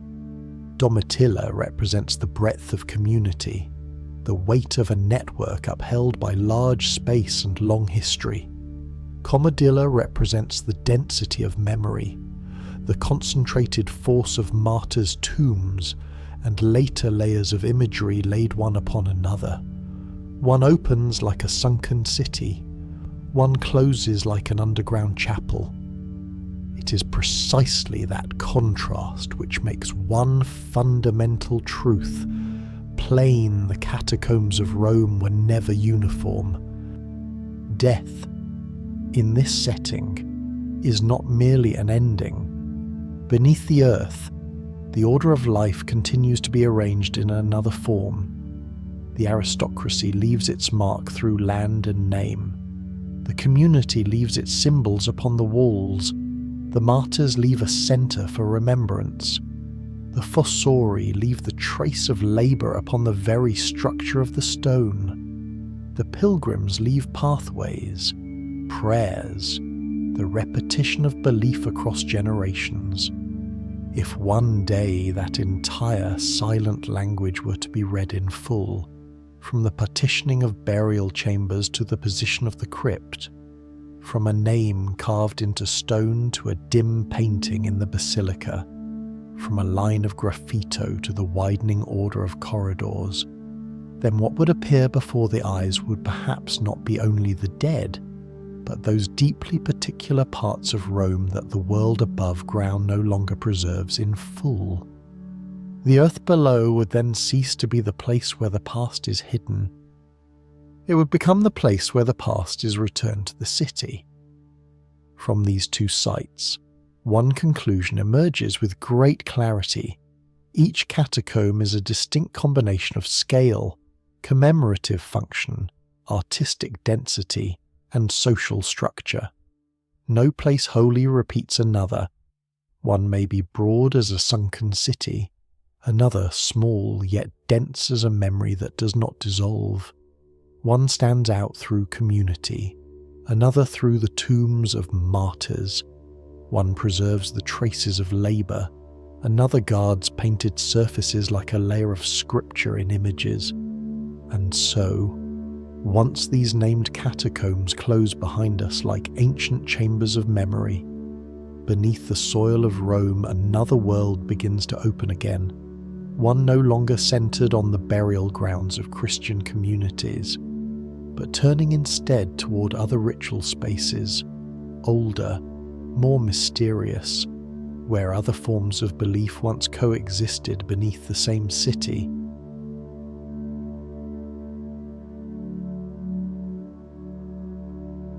From the 1st to the 4th century CE, Rome was not only the seat of power of an empire stretched across continents, but a place where countless worlds of belief stood shoulder to shoulder, absorbing one another, brushing against one another in quiet tension beneath temple roofs, along crowded streets, and deeper still, within the very earth of the city. Above ground unfolded public rites, traditional temples, the political and legal rhythms of an imperial capital. Below ground, another landscape emerged, more enclosed, more restrained, more selective, where faith did not display itself in the open square, but withdrew into low-vaulted chambers, where light was dim, where the altar stood at the far end like a point drawing all space toward it, where small communities approached the divine not amid crowds but within shadow. It was precisely between the 2nd and 4th centuries that the spaces devoted to Mithras spread most widely through the urban fabric of the empire, leaving their traces beneath Rome in many places, from San Clemente between the Caelian and Esquiline hills, to the Barberini quarter in the historic centre, to the area near the Circus Maximus, and farther still to the underground structure at Porta Maggiore, whose final meaning has yet to close upon a single answer. After the corridors of the dead, the underground landscape changes. It is no longer a place for those who have passed. It is a place for a living faith. If one seeks a place where Rome can be seen layered upon itself like strata of memory, few sites speak more clearly than San Clemente. In the valley between the Caelian and Esquiline, beneath a Christian basilica formed by the late 4th century, there lie older Roman structures, among them a large domus built around the late 1st or early 2nd century. Then, toward the end of the 2nd or the beginning of the 3rd century, the central room of that domestic space ceased to belong to ordinary habitation and was transformed into a Mithraeum, as though within the heart of the city one layer of reality quietly slipped into another. Old doorways were sealed, a barrel vault was raised. Upon its surface, a starry sky was recreated not as mere ornament, but to turn the underground chamber into a miniature of the cosmos. The ritual space here bears fully the character of a mystery cult, enclosed, symmetrical, arranged with the care of a sacred stage. Along both sides run long benches where participants sit facing one another during rites and symbolic meals. At the far end lies the niche holding the principal altar. At the centre of its imagery stands Mithra sacrificing the bull, the key image of the entire symbolic system, flanked by courts and cortopades, torchbearers who suggest the movement of light, of dawn and dusk, of ascent and descent, of opening and closure. All of this renders the chamber no longer merely a room. It becomes a universe compressed. What makes San Clemente remarkable lies not only in its preservation or the clarity of its ritual arrangement, but in the depth of cultural succession. That Mithraeum was abandoned by the end of the 4th century. The complex was gradually buried. Above it, Christian space developed and shaped the new identity of the city. At a single point on the map of Rome, 3 layers of time can be read together: the domestic layer of Roman housing, the mystical layer of Mithras, the rising Christian layer. Nowhere speaks more clearly that beneath Rome, belief does not vanish at the moment of its decline. It is covered over, nothing more.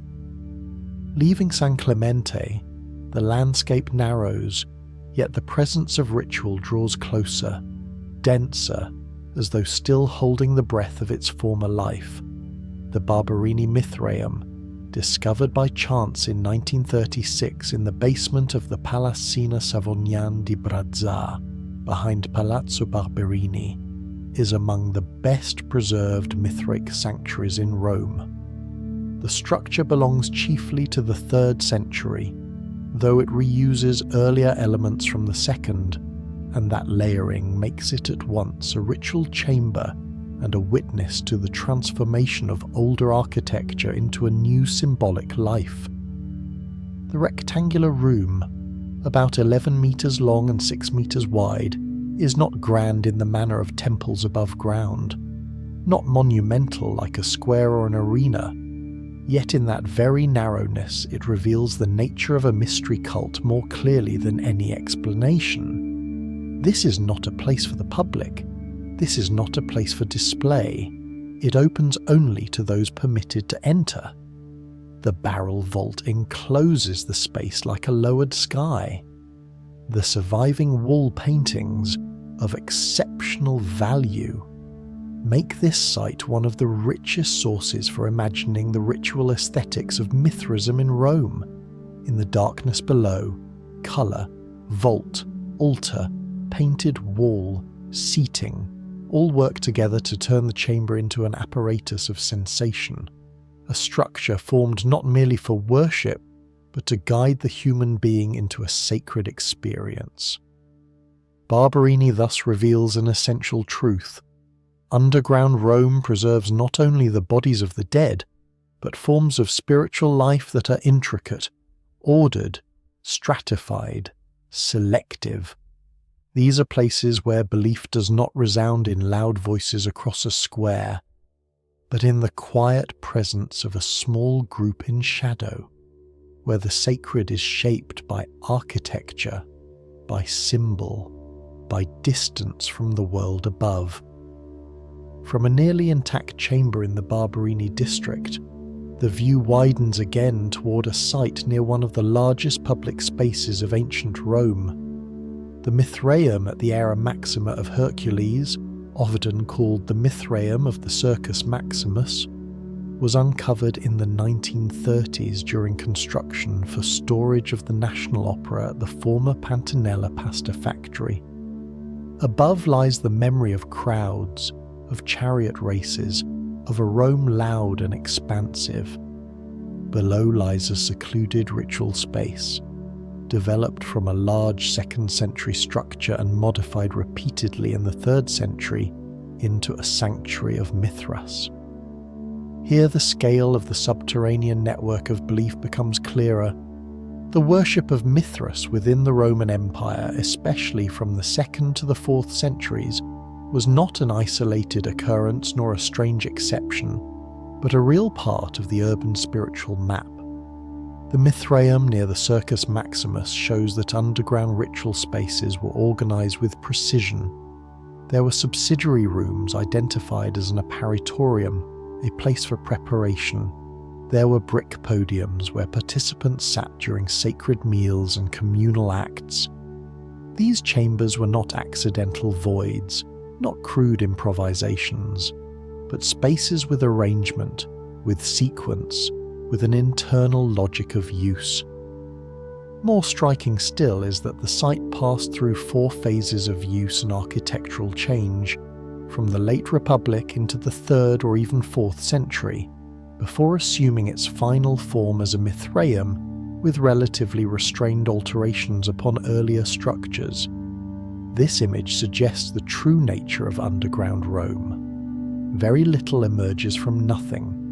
Almost every space is built upon a former life, a former wall, a former foundation, a former function that has fallen silent but never wholly disappeared.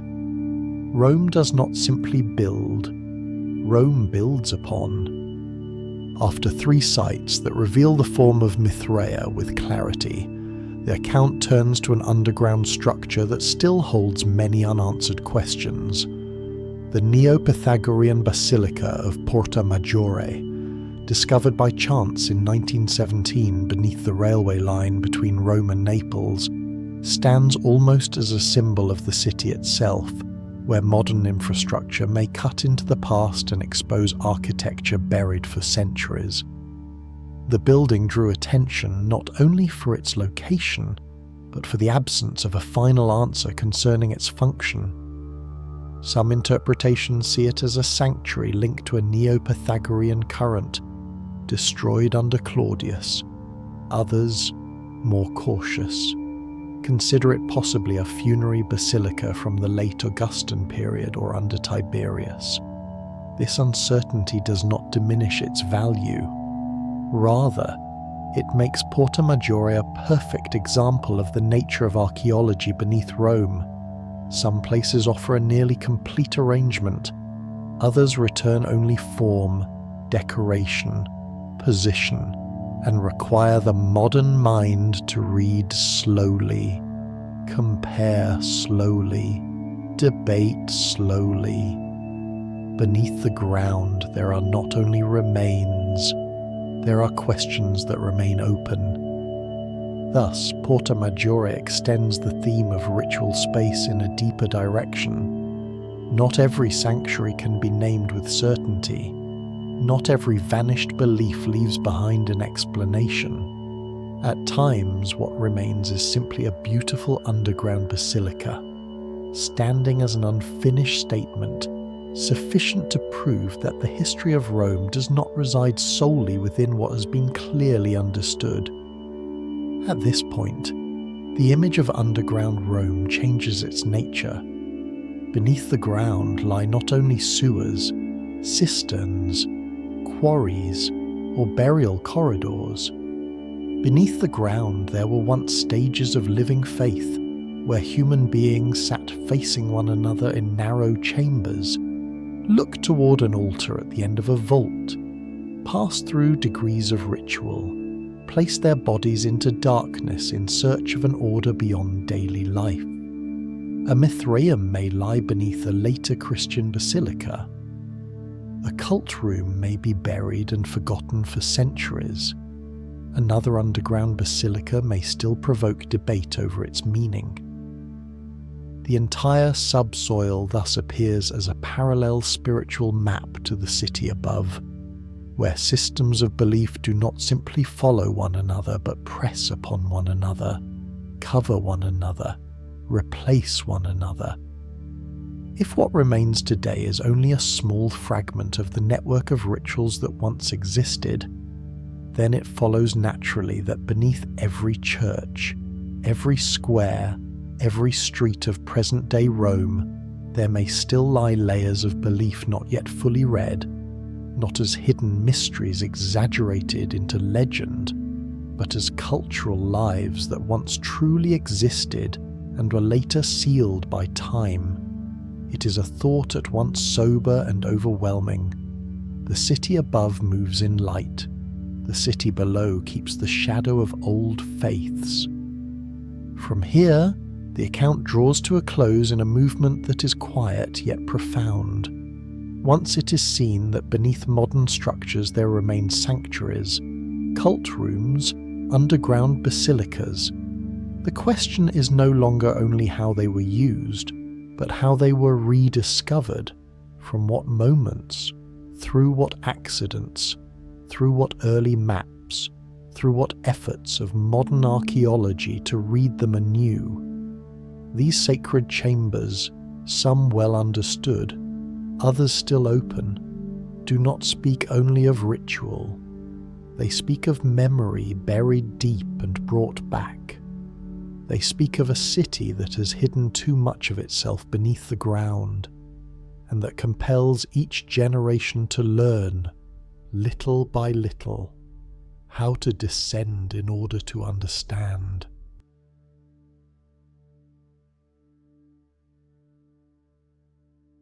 The 31st of May, 1578 is often seen as a small and sudden opening in the history of underground Rome, not because the city chose to reveal its secrets, but because the ground along Via Salaria Nova during the extraction of Pozzolana unexpectedly collapsed, exposing ancient burial corridors that had lain silent for far too long beneath the urban surface.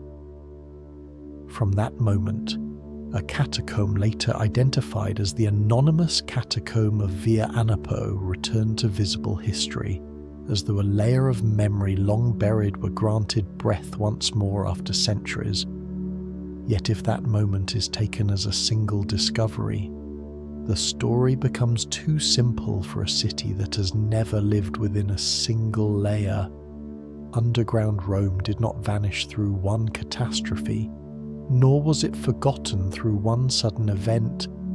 It was gradually obscured as burial grounds fell out of use, as entrances were sealed, as paths faded with time, as the layers of the city accumulated one upon another. As the world above continued to build, to add, to alter, to live on without fully recalling what remained below. In centuries without modern archaeological methods, without clear systems of classification, without precise tools of dating, what lay beneath the ground appeared only as a scattered mystery, glimpsed but not fully understood.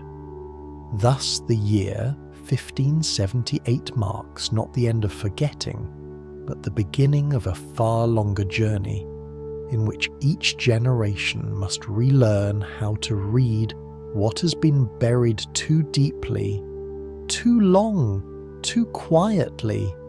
Rome does not tell its secrets. It allows them from time to time to crack through earth and stone. That is enough. After that accidental opening, ancient burial spaces began to return to the light of the early modern world. Yet what first emerged was not a clearly explained realm, but a labyrinth at once awe-inspiring and unsettling, stirring curiosity and awakening the desire to rediscover the martyrs enveloped by tradition, religious memory, and the imagination of generations. Underground Rome at this stage was seen again, but not yet truly read. People descended with faith as much as with method, with intuition as much as with evidence, with fervour as much as with verification. In that setting, Antonio Bosio appears as a pivotal figure of early rediscovery, a man born in 1575 who devoted much of his life to entering that darkness with rare persistence. He did not remain at the level of wonder before ancient corridors. He traced them, recorded them, described them, connected the scattered fragments of subterranean Rome into a first scholarly vision. Though still far from the precision of modern science, the greater meaning of Bosio's work lies not in how many passages he found, but in how he transformed underground Rome from an object of rumour, astonishment, and vague curiosity into an object of sustained and conscious inquiry. The image of him moving through the labyrinth with an oil lamp, guided by ancient memory, pilgrimage traditions, and sacred texts, yet without modern maps, without laser scanning, without true stratigraphy, holds a particular beauty. It is the beauty of a beginning, when human beings entered darkness not with the power of technology, but with faith, memory, patience, and a will that scarcely knew fatigue. Rediscovery thus began as a search within dimness, where what was first grasped was not the whole truth, but the resolve that it should not be lost again. Yet for underground Rome to move from exploration to study, from a labyrinth felt to a labyrinth established by evidence, another century was required, another method, another mind. In the 19th century, Giovanni Battista de Rossi emerges as the true turning point of understanding. Born in 1822, he did not enter the underground merely to see it, but to place it within a system of knowledge that could be tested, compared, and expanded. For de Rossi, underground Rome became not only a place to descend into, but a place where texts could be compared with space, where inscriptions and topography could be used to locate, date, and identify catacomb complexes returning to light, especially along the Appian Way. This marks the essential difference between him and those before him.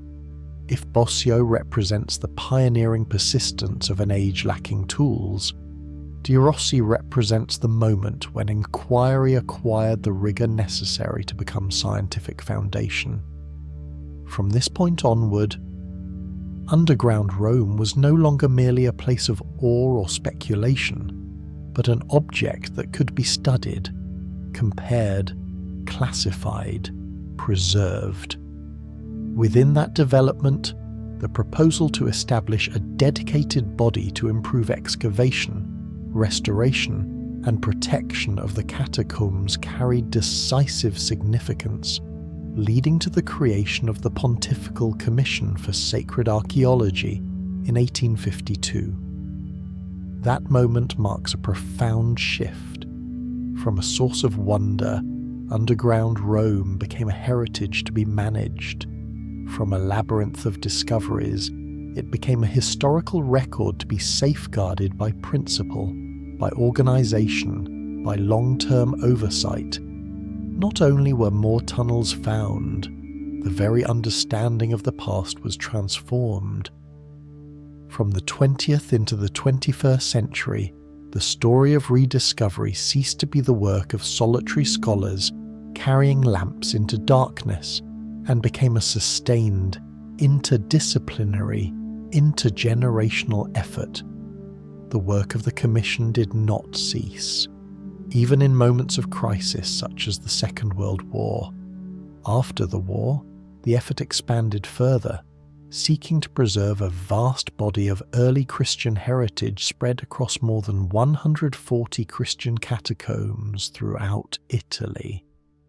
Yet more striking still is how the boundaries of underground Rome have widened in modern understanding. Study no longer stops at catacombs. It extends to water infrastructure, ritual spaces, quarries, restored areas open to the public, and projects that reinterpret underground remains through new technologies. In certain projects in Rome, modern work has included laser scanning, stratigraphic analysis, study of tool marks, classification of plans and materials by chronology, together with measures to mitigate the risks of the underground environment, where humidity, microclimate, fragile surfaces, and the pressure of time demand constant care. Underground Rome today is therefore not merely excavated. It is read through digital data, interpreted through stratigraphy, protected through micro-environmental management, regarded as an ancient body that must still learn how to breathe within the conditions of the 21st century. What is striking is that the more it is explored, the less it diminishes. Each new map makes it larger. Each newly revealed corridor makes it deeper.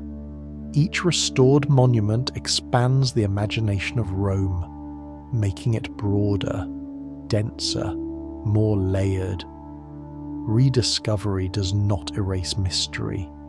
It compels mystery to change its form, from vague darkness into a more precise depth. The culmination of this phase lies not in a single discovery, but in a wider awareness. Each century does not only uncover new tunnels, each century alters the way the past is understood. In 1578, the ground collapsed and revealed an old passage. In the time of Bosio, human beings entered it, recorded it, preserved it from falling back into oblivion. In the time of De Rossi, the labyrinth was placed within the map of evidence, inscriptions, topography, science. In the modern era, it is preserved, digitized, environmentally controlled, reopened with responsibility. Thus, the forgotten city never truly died. It merely changed its form of existence across the ages. At times it was a broken memory. At times a dark corridor barely lit by an oil lamp. At times a stratified surface layered with time. At times digital data, laser scans, conservation records, systems of heritage management. What has been rediscovered is not only stone, tomb, or brick wall. It is also the capacity of human beings to understand the past more deeply than previous generations believed possible. If what has been uncovered so far are only small openings upon a far larger historical structure, then it is entirely possible that Rome still holds depths no age has fully seen. That possibility requires no exaggeration. The history of rediscovery from 1578 to the present is sufficient to render it plausible. A city may be buried, a city may be forgotten, a city may also wait. Seen across the entire thread of the narrative, underground Rome appears as a history of forgetting and of being seen again. Not once, but many times. Not only through discovery, but through relearning, reinterpretation, preservation. It is not merely the hidden portion of an ancient city. It is the memory of a civilization in a state of partial concealment, at times covered by earth and stone, at times restored to light through maps, excavation, and science. As the work of rediscovering what lies beneath begins to take shape, a deeper comparison naturally arises. Above lies the city through which modern footsteps pass each day, where squares, temples, columns, and facades form the familiar face of Rome. Below lies another city, more subdued, darker, more enduring, where layers of infrastructure, burial, memory, and ritual remain quietly in place as the unseen foundation of all life above. Once those forgotten corridors begin to return under the light of maps, excavation, and knowledge. An unavoidable question emerges: how different is the Rome above from the Rome below? And how have these two cities sustained one another across thousands of years?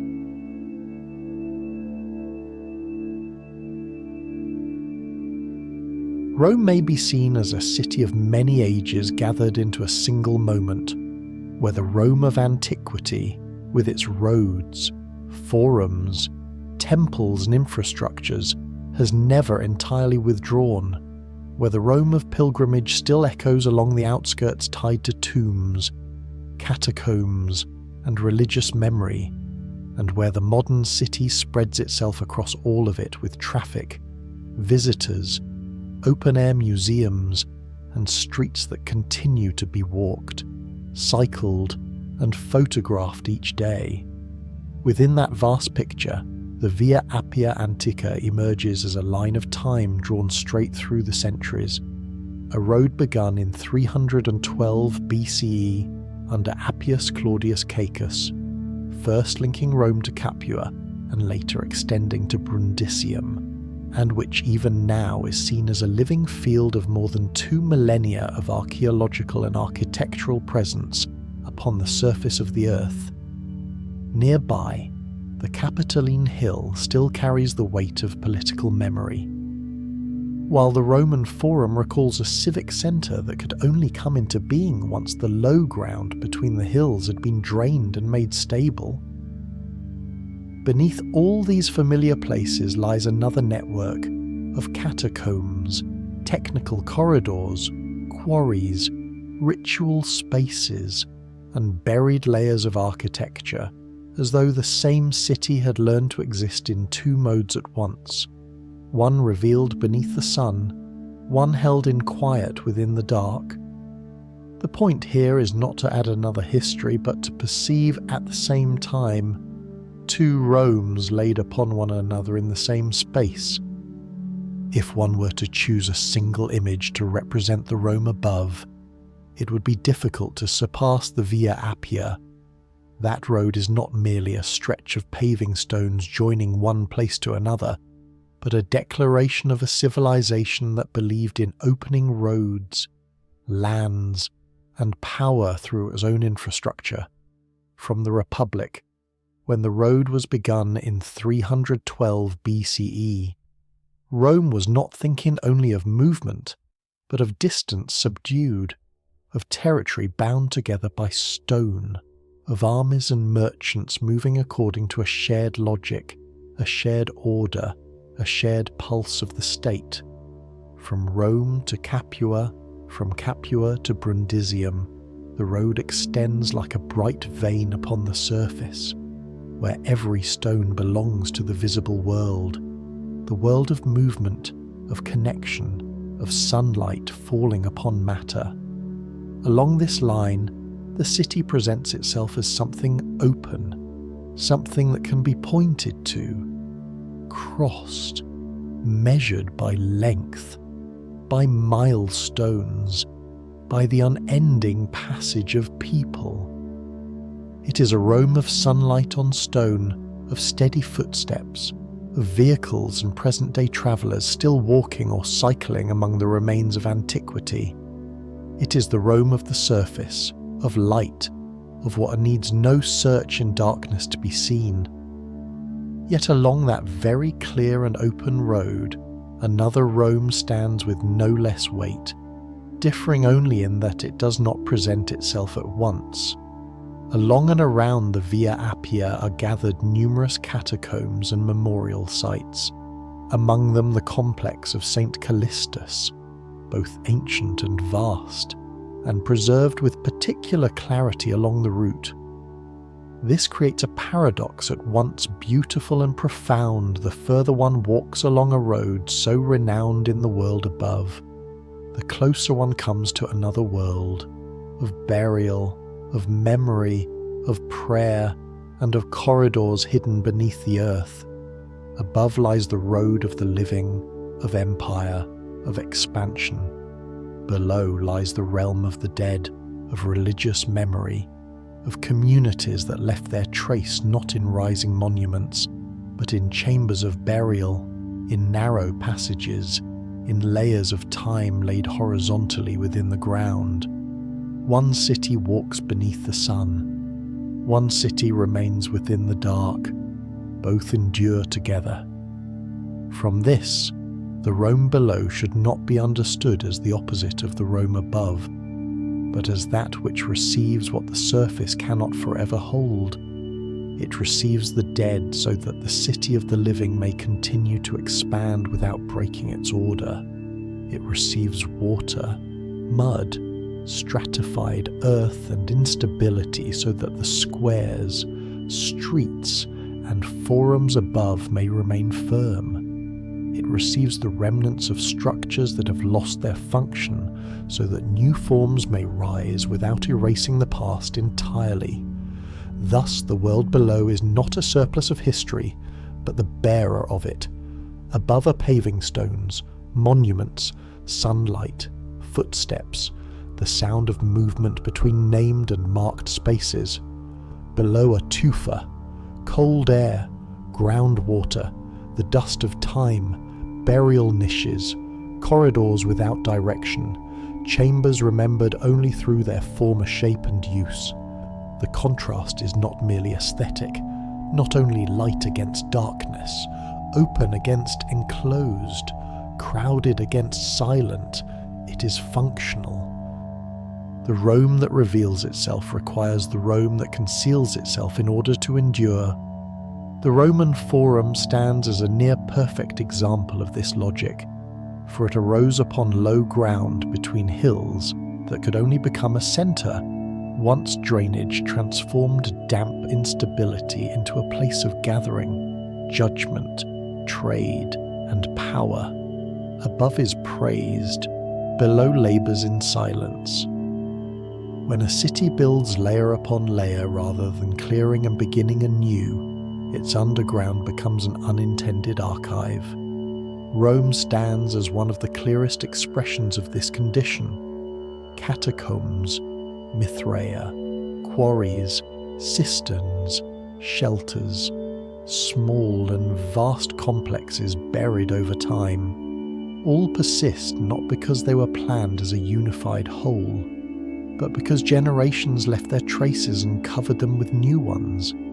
The surface of the Via Appia today still allows people to walk among catacombs, tombs, and ruins, yet that very act of walking reveals the depth beneath.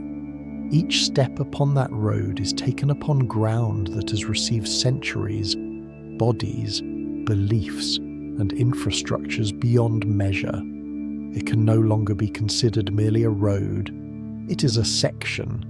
It is a plain resting upon many depths. From here, the story is no longer simply of above and below, but of two forms of history, one told through light, one preserved through darkness.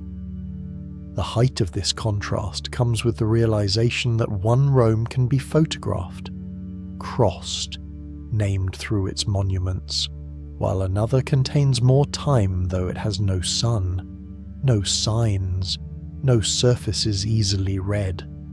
The Via Appia offers the clearest image of this awareness.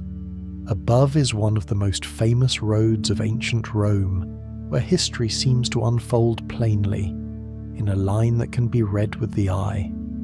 Along and beneath it are catacombs, cemeteries, layers of memory buried beyond the city, where ancient communities laid their dead, prayed, and left traces that never depended upon sunlight.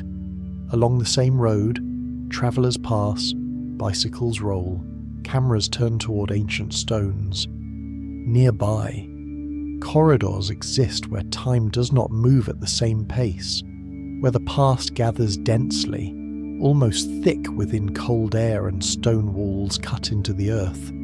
If ever the underground determined the rhythm of Rome more than the surface, through drainage, memory, burial, and the reception of what could not remain above, then urban history has never been written by monuments alone. It has always been written first by what is unseen. From this perspective, Rome does not simply possess an above and a below, but two modes of historical existence, one visible, named, walked beneath the sun, the other silent, bearing, storing, absorbing, and preserving in depth. The Via Appia and the Catacombs form the clearest pair holding this awareness, a public road accompanied by a buried and silent world, a bright surface joined to a depth heavier with time. From here, another possibility of the Rome below begins to appear. When the surface remains secure, it serves as foundation, memory, and archive. But when war arrives, when sunlight is replaced by the sound of sirens, when famous roads are no longer places of walking but of departure, the Rome below will change its role once more, leaving the silence of ruins to become a place of protection for the living.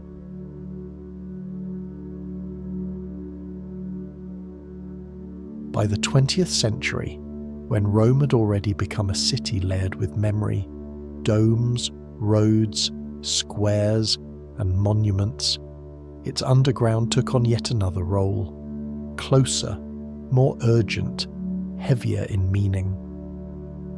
In the final years of the Second World War, when air raids became a tangible threat to daily life, the spaces beneath Rome no longer belonged only to archaeology, belief, or ancient infrastructure, but became true shelters for the living. The same city that had long sent into its depths waste, memory, ritual, bodies, and power now sent something more fragile than all of these, the breath of human beings under threat from the sky.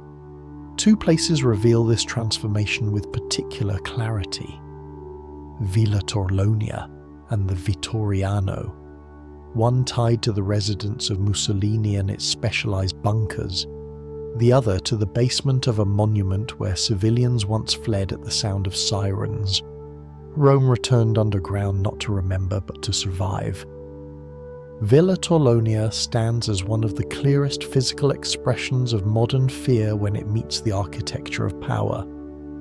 From 1929 to 1943, Benito Mussolini lived with his family in the Casino Nobili, and beneath it, as war expanded and the threat of bombing became real, shelters and bunkers were constructed to protect the head of government. What makes this place striking is not only the name attached to it, but its stark meaning, even power. In an age when bombs from the sky could tear apart every symbol upon the surface, was forced downward into the earth. Today, the space can be entered through an official route reopened on April 5th, 2024 after maintenance. Yet the path itself tells the story. From the upper rooms that still hold light in the form of a dignified residence, the descent begins. Steps drawing the body downward into basement spaces where the air tightens. Moisture reveals itself. Corridors close in, and the presence of stone, concrete, gas-proof doors. And thick reinforcements emerge as a desperate effort to resist what falls from above. These underground structures were built from 1940 onward, with the shelter beneath the Casino Nobile constructed in 1941 and used in 1942 and 1943, reinforced by layers of concrete up to 120 centimeters thick and equipped with air filtration systems. While a deeper bunker beneath the forecourt began in late 1942 but remained unfinished when Mussolini was removed from power on July 25, 1943. Here, fear is no longer abstract. It has form. It has depth. It has the weight of concrete. If Villa Torlonia reveals the underside of power, the Vittoriano reveals the underside of the city in the moment it must protect its most ordinary inhabitants. In the final phase of the war, as Rome faced Allied bombings, The basement of this monument served as an air raid shelter for civilians. At the sound of a siren, hundreds would move toward its entrances, descending beneath the mass of stone to find temporary safety within a structure built as a national symbol. Yet the depth of this story lies in the fact that the underground space of the Vittoriano did not begin with war. Much of its subterranean area contains the remains of a tuff and pozzolana quarry, used since the time of Emperor Trajan in the early 2nd century CE to extract building materials. A void created by ancient extraction became, centuries later, a refuge for living bodies. The repetition is too exact to be mere coincidence. What was once taken from the earth to build the city would, long after, help to save it. Within the Vittoriano, the value of the underground becomes visible in small, quiet, human details. The shelter was not merely a dark hollow to crowd into, but was equipped with benches, first aid points, drinking water, emergency exits, and sanitary spaces.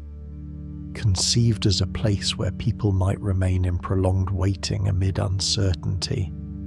Such details are enough to alter the understanding of underground Rome. It is not only stone, it is preparation for life. It is a threshold between threat and hope. One may imagine the scene without forcing it into panic, the siren cutting through the surface, footsteps gathering on the stairs, the sound of benches in dim light, moisture settling upon walls, and above, an entire city trembling under war, while below, breaths struggle to steady themselves. At Villa Torlonia, that darkness belongs to power. At the Vittoriano, it belongs to the people. One reveals the fear of a regime, the other reveals the fragility of a city. From these 2 points, the relationship between war and underground space becomes clear without need of myth. The reason people descend in wartime begins with physics. Depth reduces the direct impact of explosions. Earth, stone, and concrete form protection.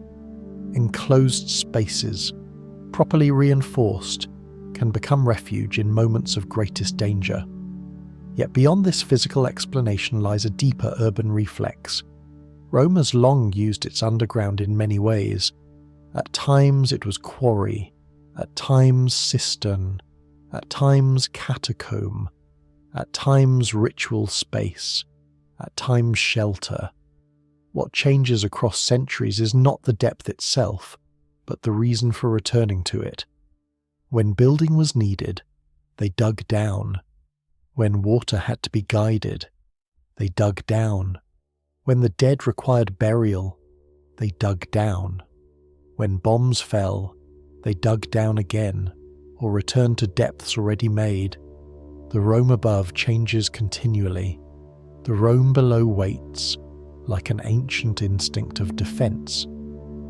The climax of this story therefore lies not in war as a singular event, but in the near instinctive repetition of history. The same city, separated by nearly 2,000 years, returns to the earth when confronted by what descends from above. In ancient Rome, it was water, unstable ground, the need to preserve the dead and memory. In the 20th century, it was bombs. The form of danger changes. The reflex of survival does not. Thus, underground Rome has not only held the dead, preserved remains, or sheltered rituals and infrastructures, but has also held the breath of the living.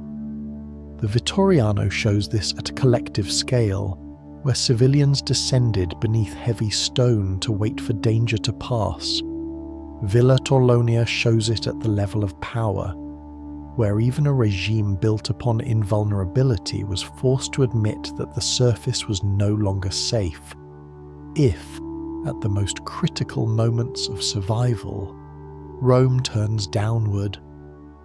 then the underground city is not merely a secondary layer of urban history, but one of its deepest defensive instincts, quiet, ancient, and never entirely gone.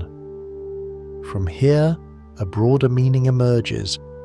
Underground Rome does not belong solely to archaeology. It is a technology of survival extending across ages, grounded in stone, in depth, in the ability to reuse the voids already present when the city needs them most. Shelters, bunkers, and underground spaces once sealed or active only in emergencies have entered another phase of life, as many are restored and reopened as official routes of visitation. Darkness once shaped to resist fear is brought back under the light of preservation, mapping, interpretation, and the safety of modern life. As the sirens recede into the past, spaces once closed by war take on a new function, no longer only to shelter, but to tell, through their very depth, how a city has more than once held its people in the most dangerous hours.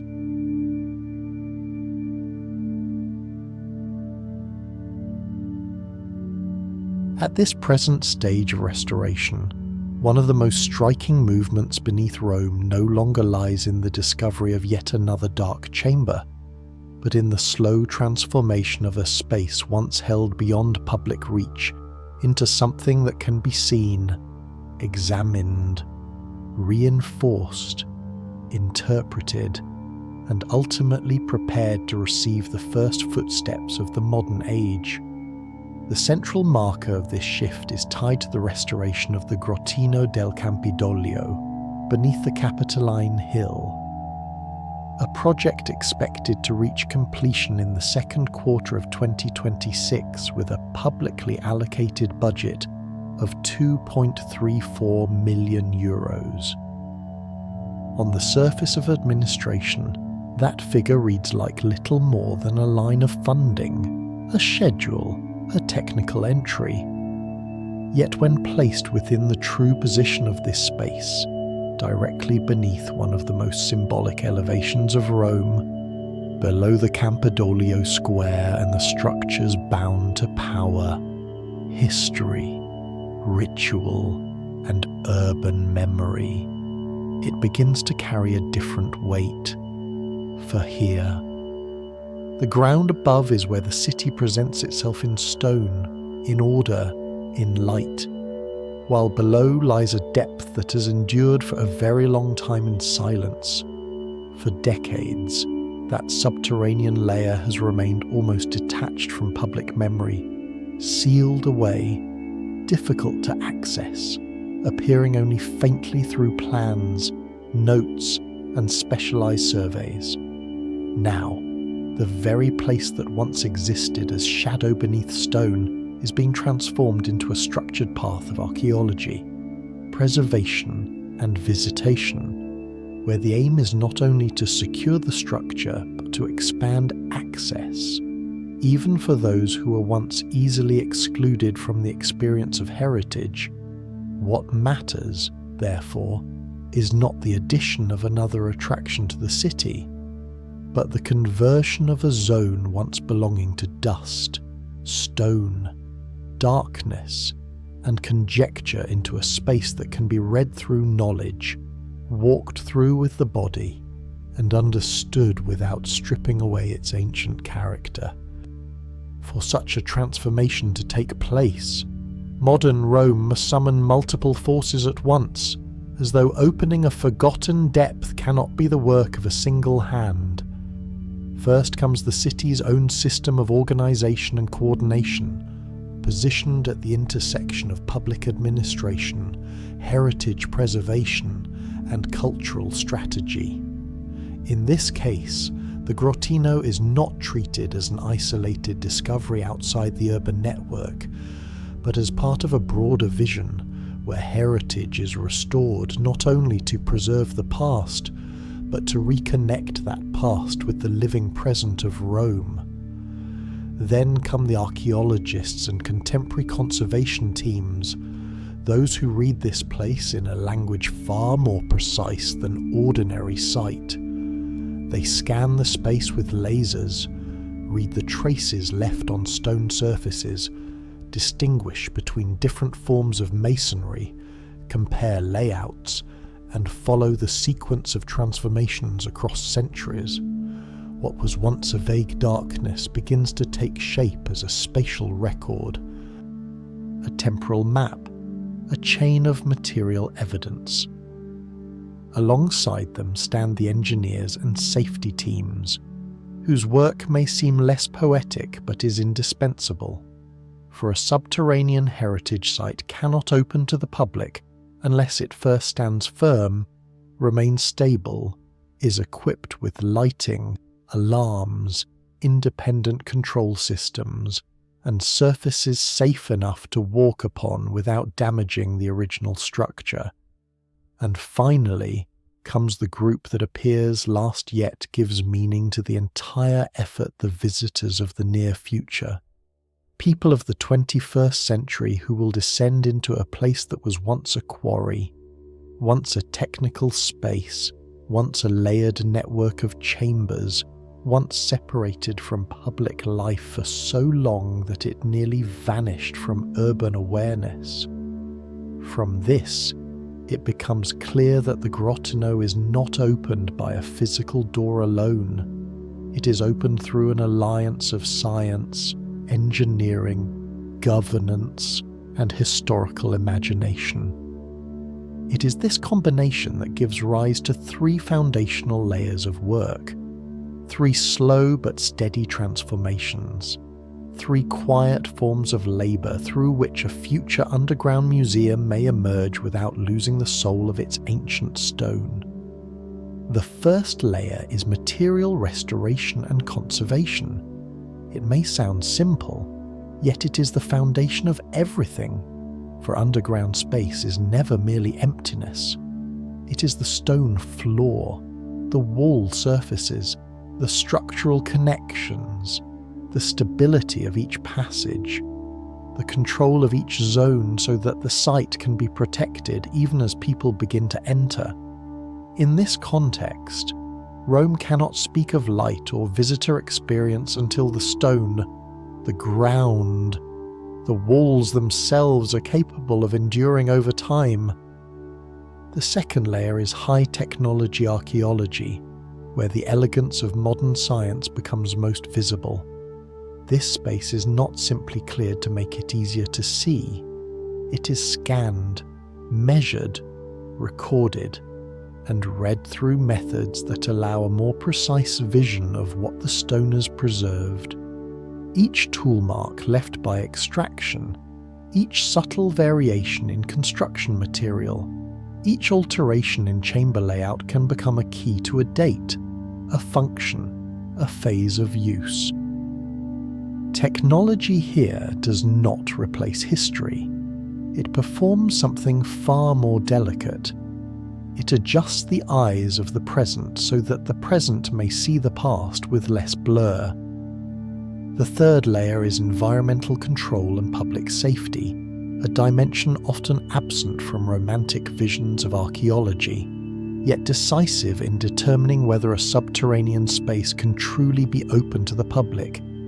Underground, air quality, humidity, ventilation, and the accumulation of invisible risks must all be handled with care. Measures to reduce environmental hazards, combined with safety support systems, show that what Rome is doing is not hastily pulling an old secret into the light, but creating conditions strict enough that access does not destroy what is being accessed.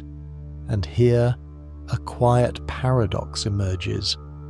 A place once cut off from urban memory is now being prepared to become a living underground museum, not by rebuilding everything anew, but by preserving the old and teaching people how to read it. As the work moves toward completion, the question begins to shift from how the place is restored to when it will truly emerge from its sealed condition and become part of Rome that can be experienced. At the most reliable level of data, completion is set for the second quarter of 2026. That remains the firmest temporal axis of this entire movement. As for the moment when the public may enter, the closest outlook leans toward late 2026 or early 2027, near enough to suggest that light lies just beyond the final turn, yet still held in cautious phrasing, for no fixed date has been sealed. Even so, that possibility alone changes the tone of the story. The underground is no longer confined to the past, nor does it remain a backstage domain of research. It is moving toward a near future in which maps, visual documentation, interpretive designs, and controlled pathways will guide people beneath the Campidoglio in a way not present in the city's modern memory. The climax of this entire movement, then, is not a sudden discovery, but a change in the state of an old secret, a zone that for more than a century had little place in public awareness, a space restricted, sealed in darkness, is now being prepared as an archaeological journey with light, with guidance, with interpretation, with visual documentation, with safety, with footsteps passing through. The deepest emotional value of this transformation lies in the sense that Rome no longer keeps its depth solely for stone and silence. The city begins to allow the present to descend, slowly, carefully, to see with its own eyes the layers of time that once existed only in professional diagrams and technical descriptions. If the opening of the Grottino is only a beginning, then the logic of this very process suggests a Rome gradually entering a phase of revealing more of its hidden depths, not through myth, but through light, maps, technology, and carefully designed access. One door opens. Others may follow. For that reason, this moment becomes the clearest bridge between past and present. Underground Rome is no longer confined to archaeologists, internal records, or scattered discoveries beyond the reach of common life. It is becoming a heritage that can be experienced directly, interpreted scientifically, managed safely, capable of bringing people closer to the layered structure of the city. Each restoration project following this logic does more than return a sight. It returns a way of seeing. When an underground passage is opened, what returns is not only a physical space, but the possibility of understanding Rome as a historical body that continues to extend deeper beneath the feet of those who live upon it today. When a city begins to open its once sealed depths to the public, a final question almost rises in silence. If Rome can live upon the surface, preserve memory beneath the ground, and continue to read itself through science and time, then where does the true soul of the eternal city reside? In what stands under the sun, or in what remains quietly beneath our feet?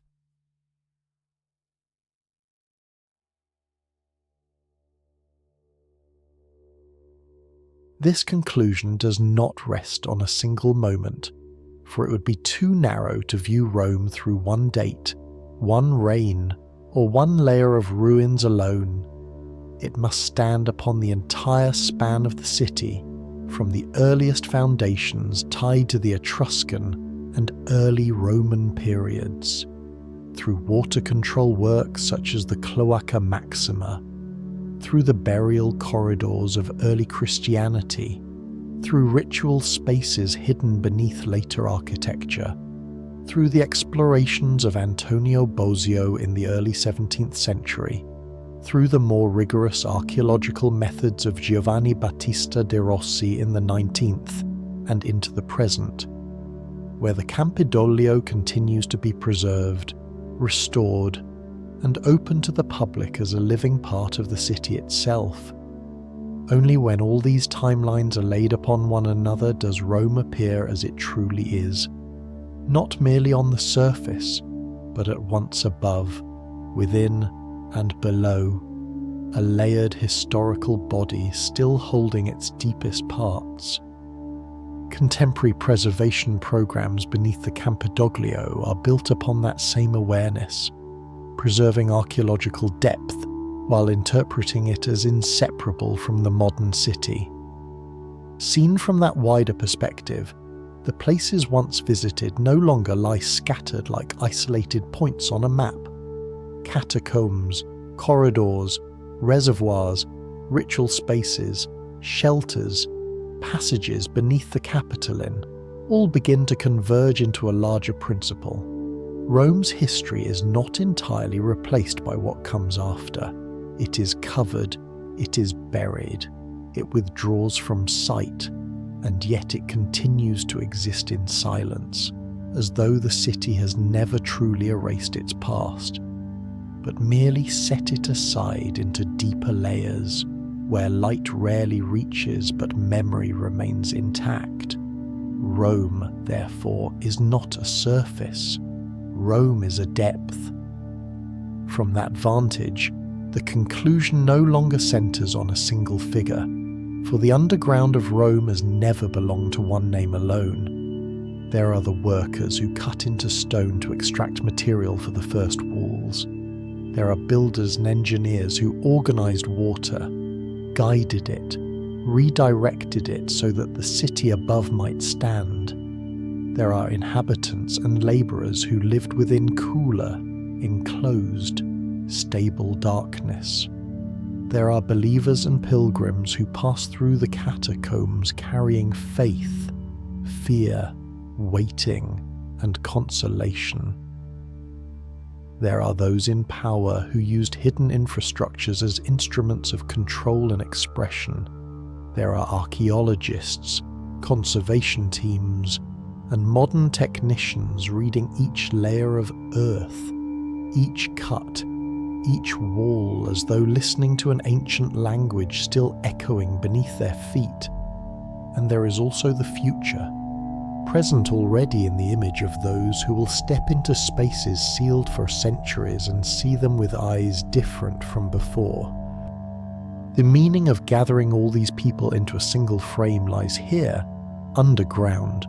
Rome was not created by one structure, one reign, or one event, but by countless human lives linked across more than 2,000 years.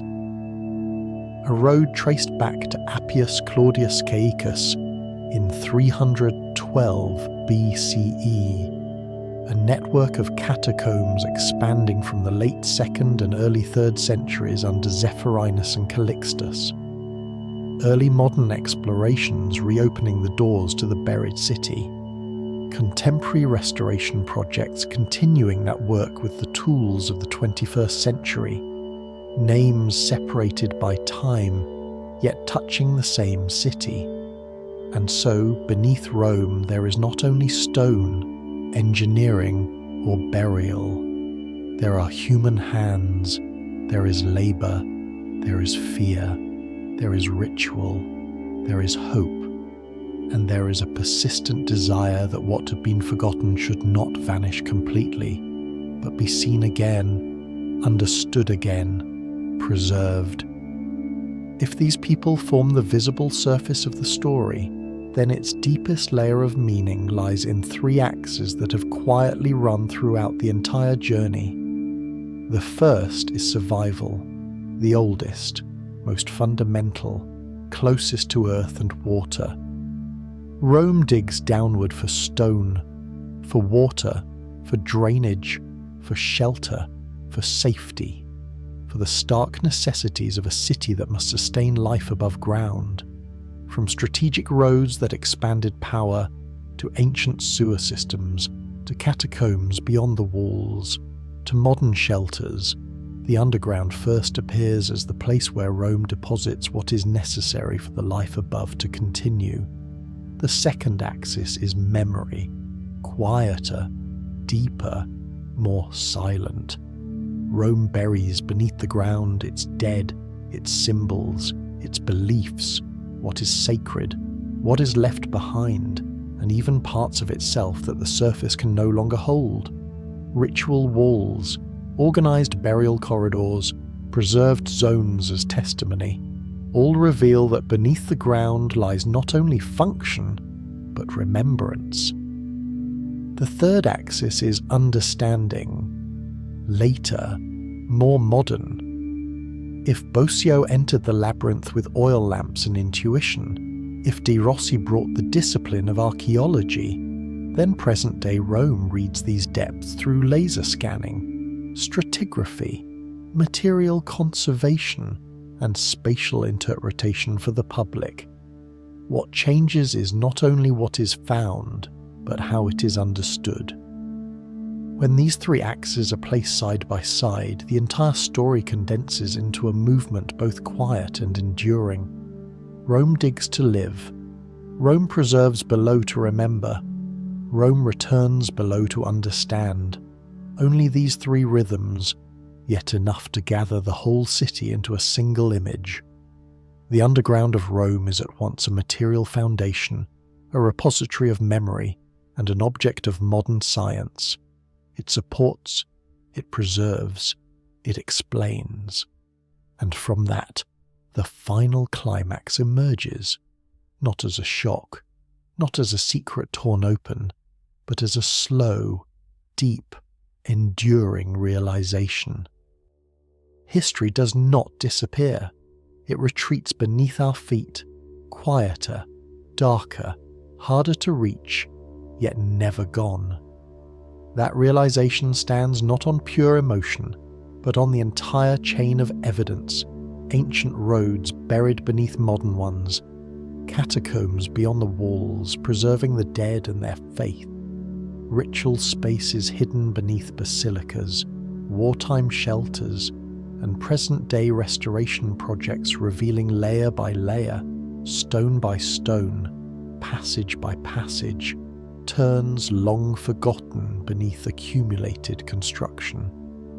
What makes Rome immense is not only its age, but its capacity for multiple eras to remain present within a single space, as though the city does not grow old by abandoning its past, but by carrying it ever deeper within itself.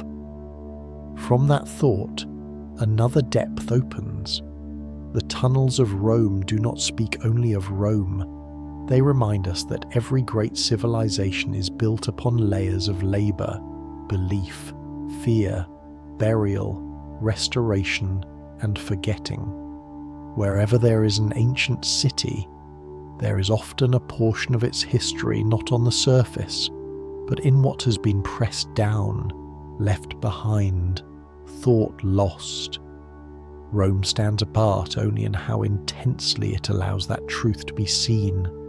If every step taken in Rome passes over centuries not yet fully told, then the city's greatest secret does not lie in any single tunnel, but in the way it hides history beneath everyday life, beneath squares, beneath churches, beneath museums, beneath streets crossed in daylight without any sense of how many layers of time rest quietly below. And so the final note need not be loud. Rome is the eternal city not only because it is ancient, but because it continues to hold its own layers. Its eternity does not reside solely in age, but in its refusal to erase the past entirely, allowing it to persist in newer, deeper, quieter forms. It takes only the image of a square, a church, a museum, a stretch of ancient road to sense that beneath the visible stone may lie centuries never fully seen. What remains after this journey is not a sudden awe, but a subtle shift in perception. The ground remains the same ground. The road remains the same road. Rome remains the same Rome. Only the gaze downward has changed. And so, when night falls over Rome, when the old streets grow quiet of footsteps, the city does not truly sleep. It simply continues to remember, in stone, in darkness, in the tunnels that lie still beneath the living,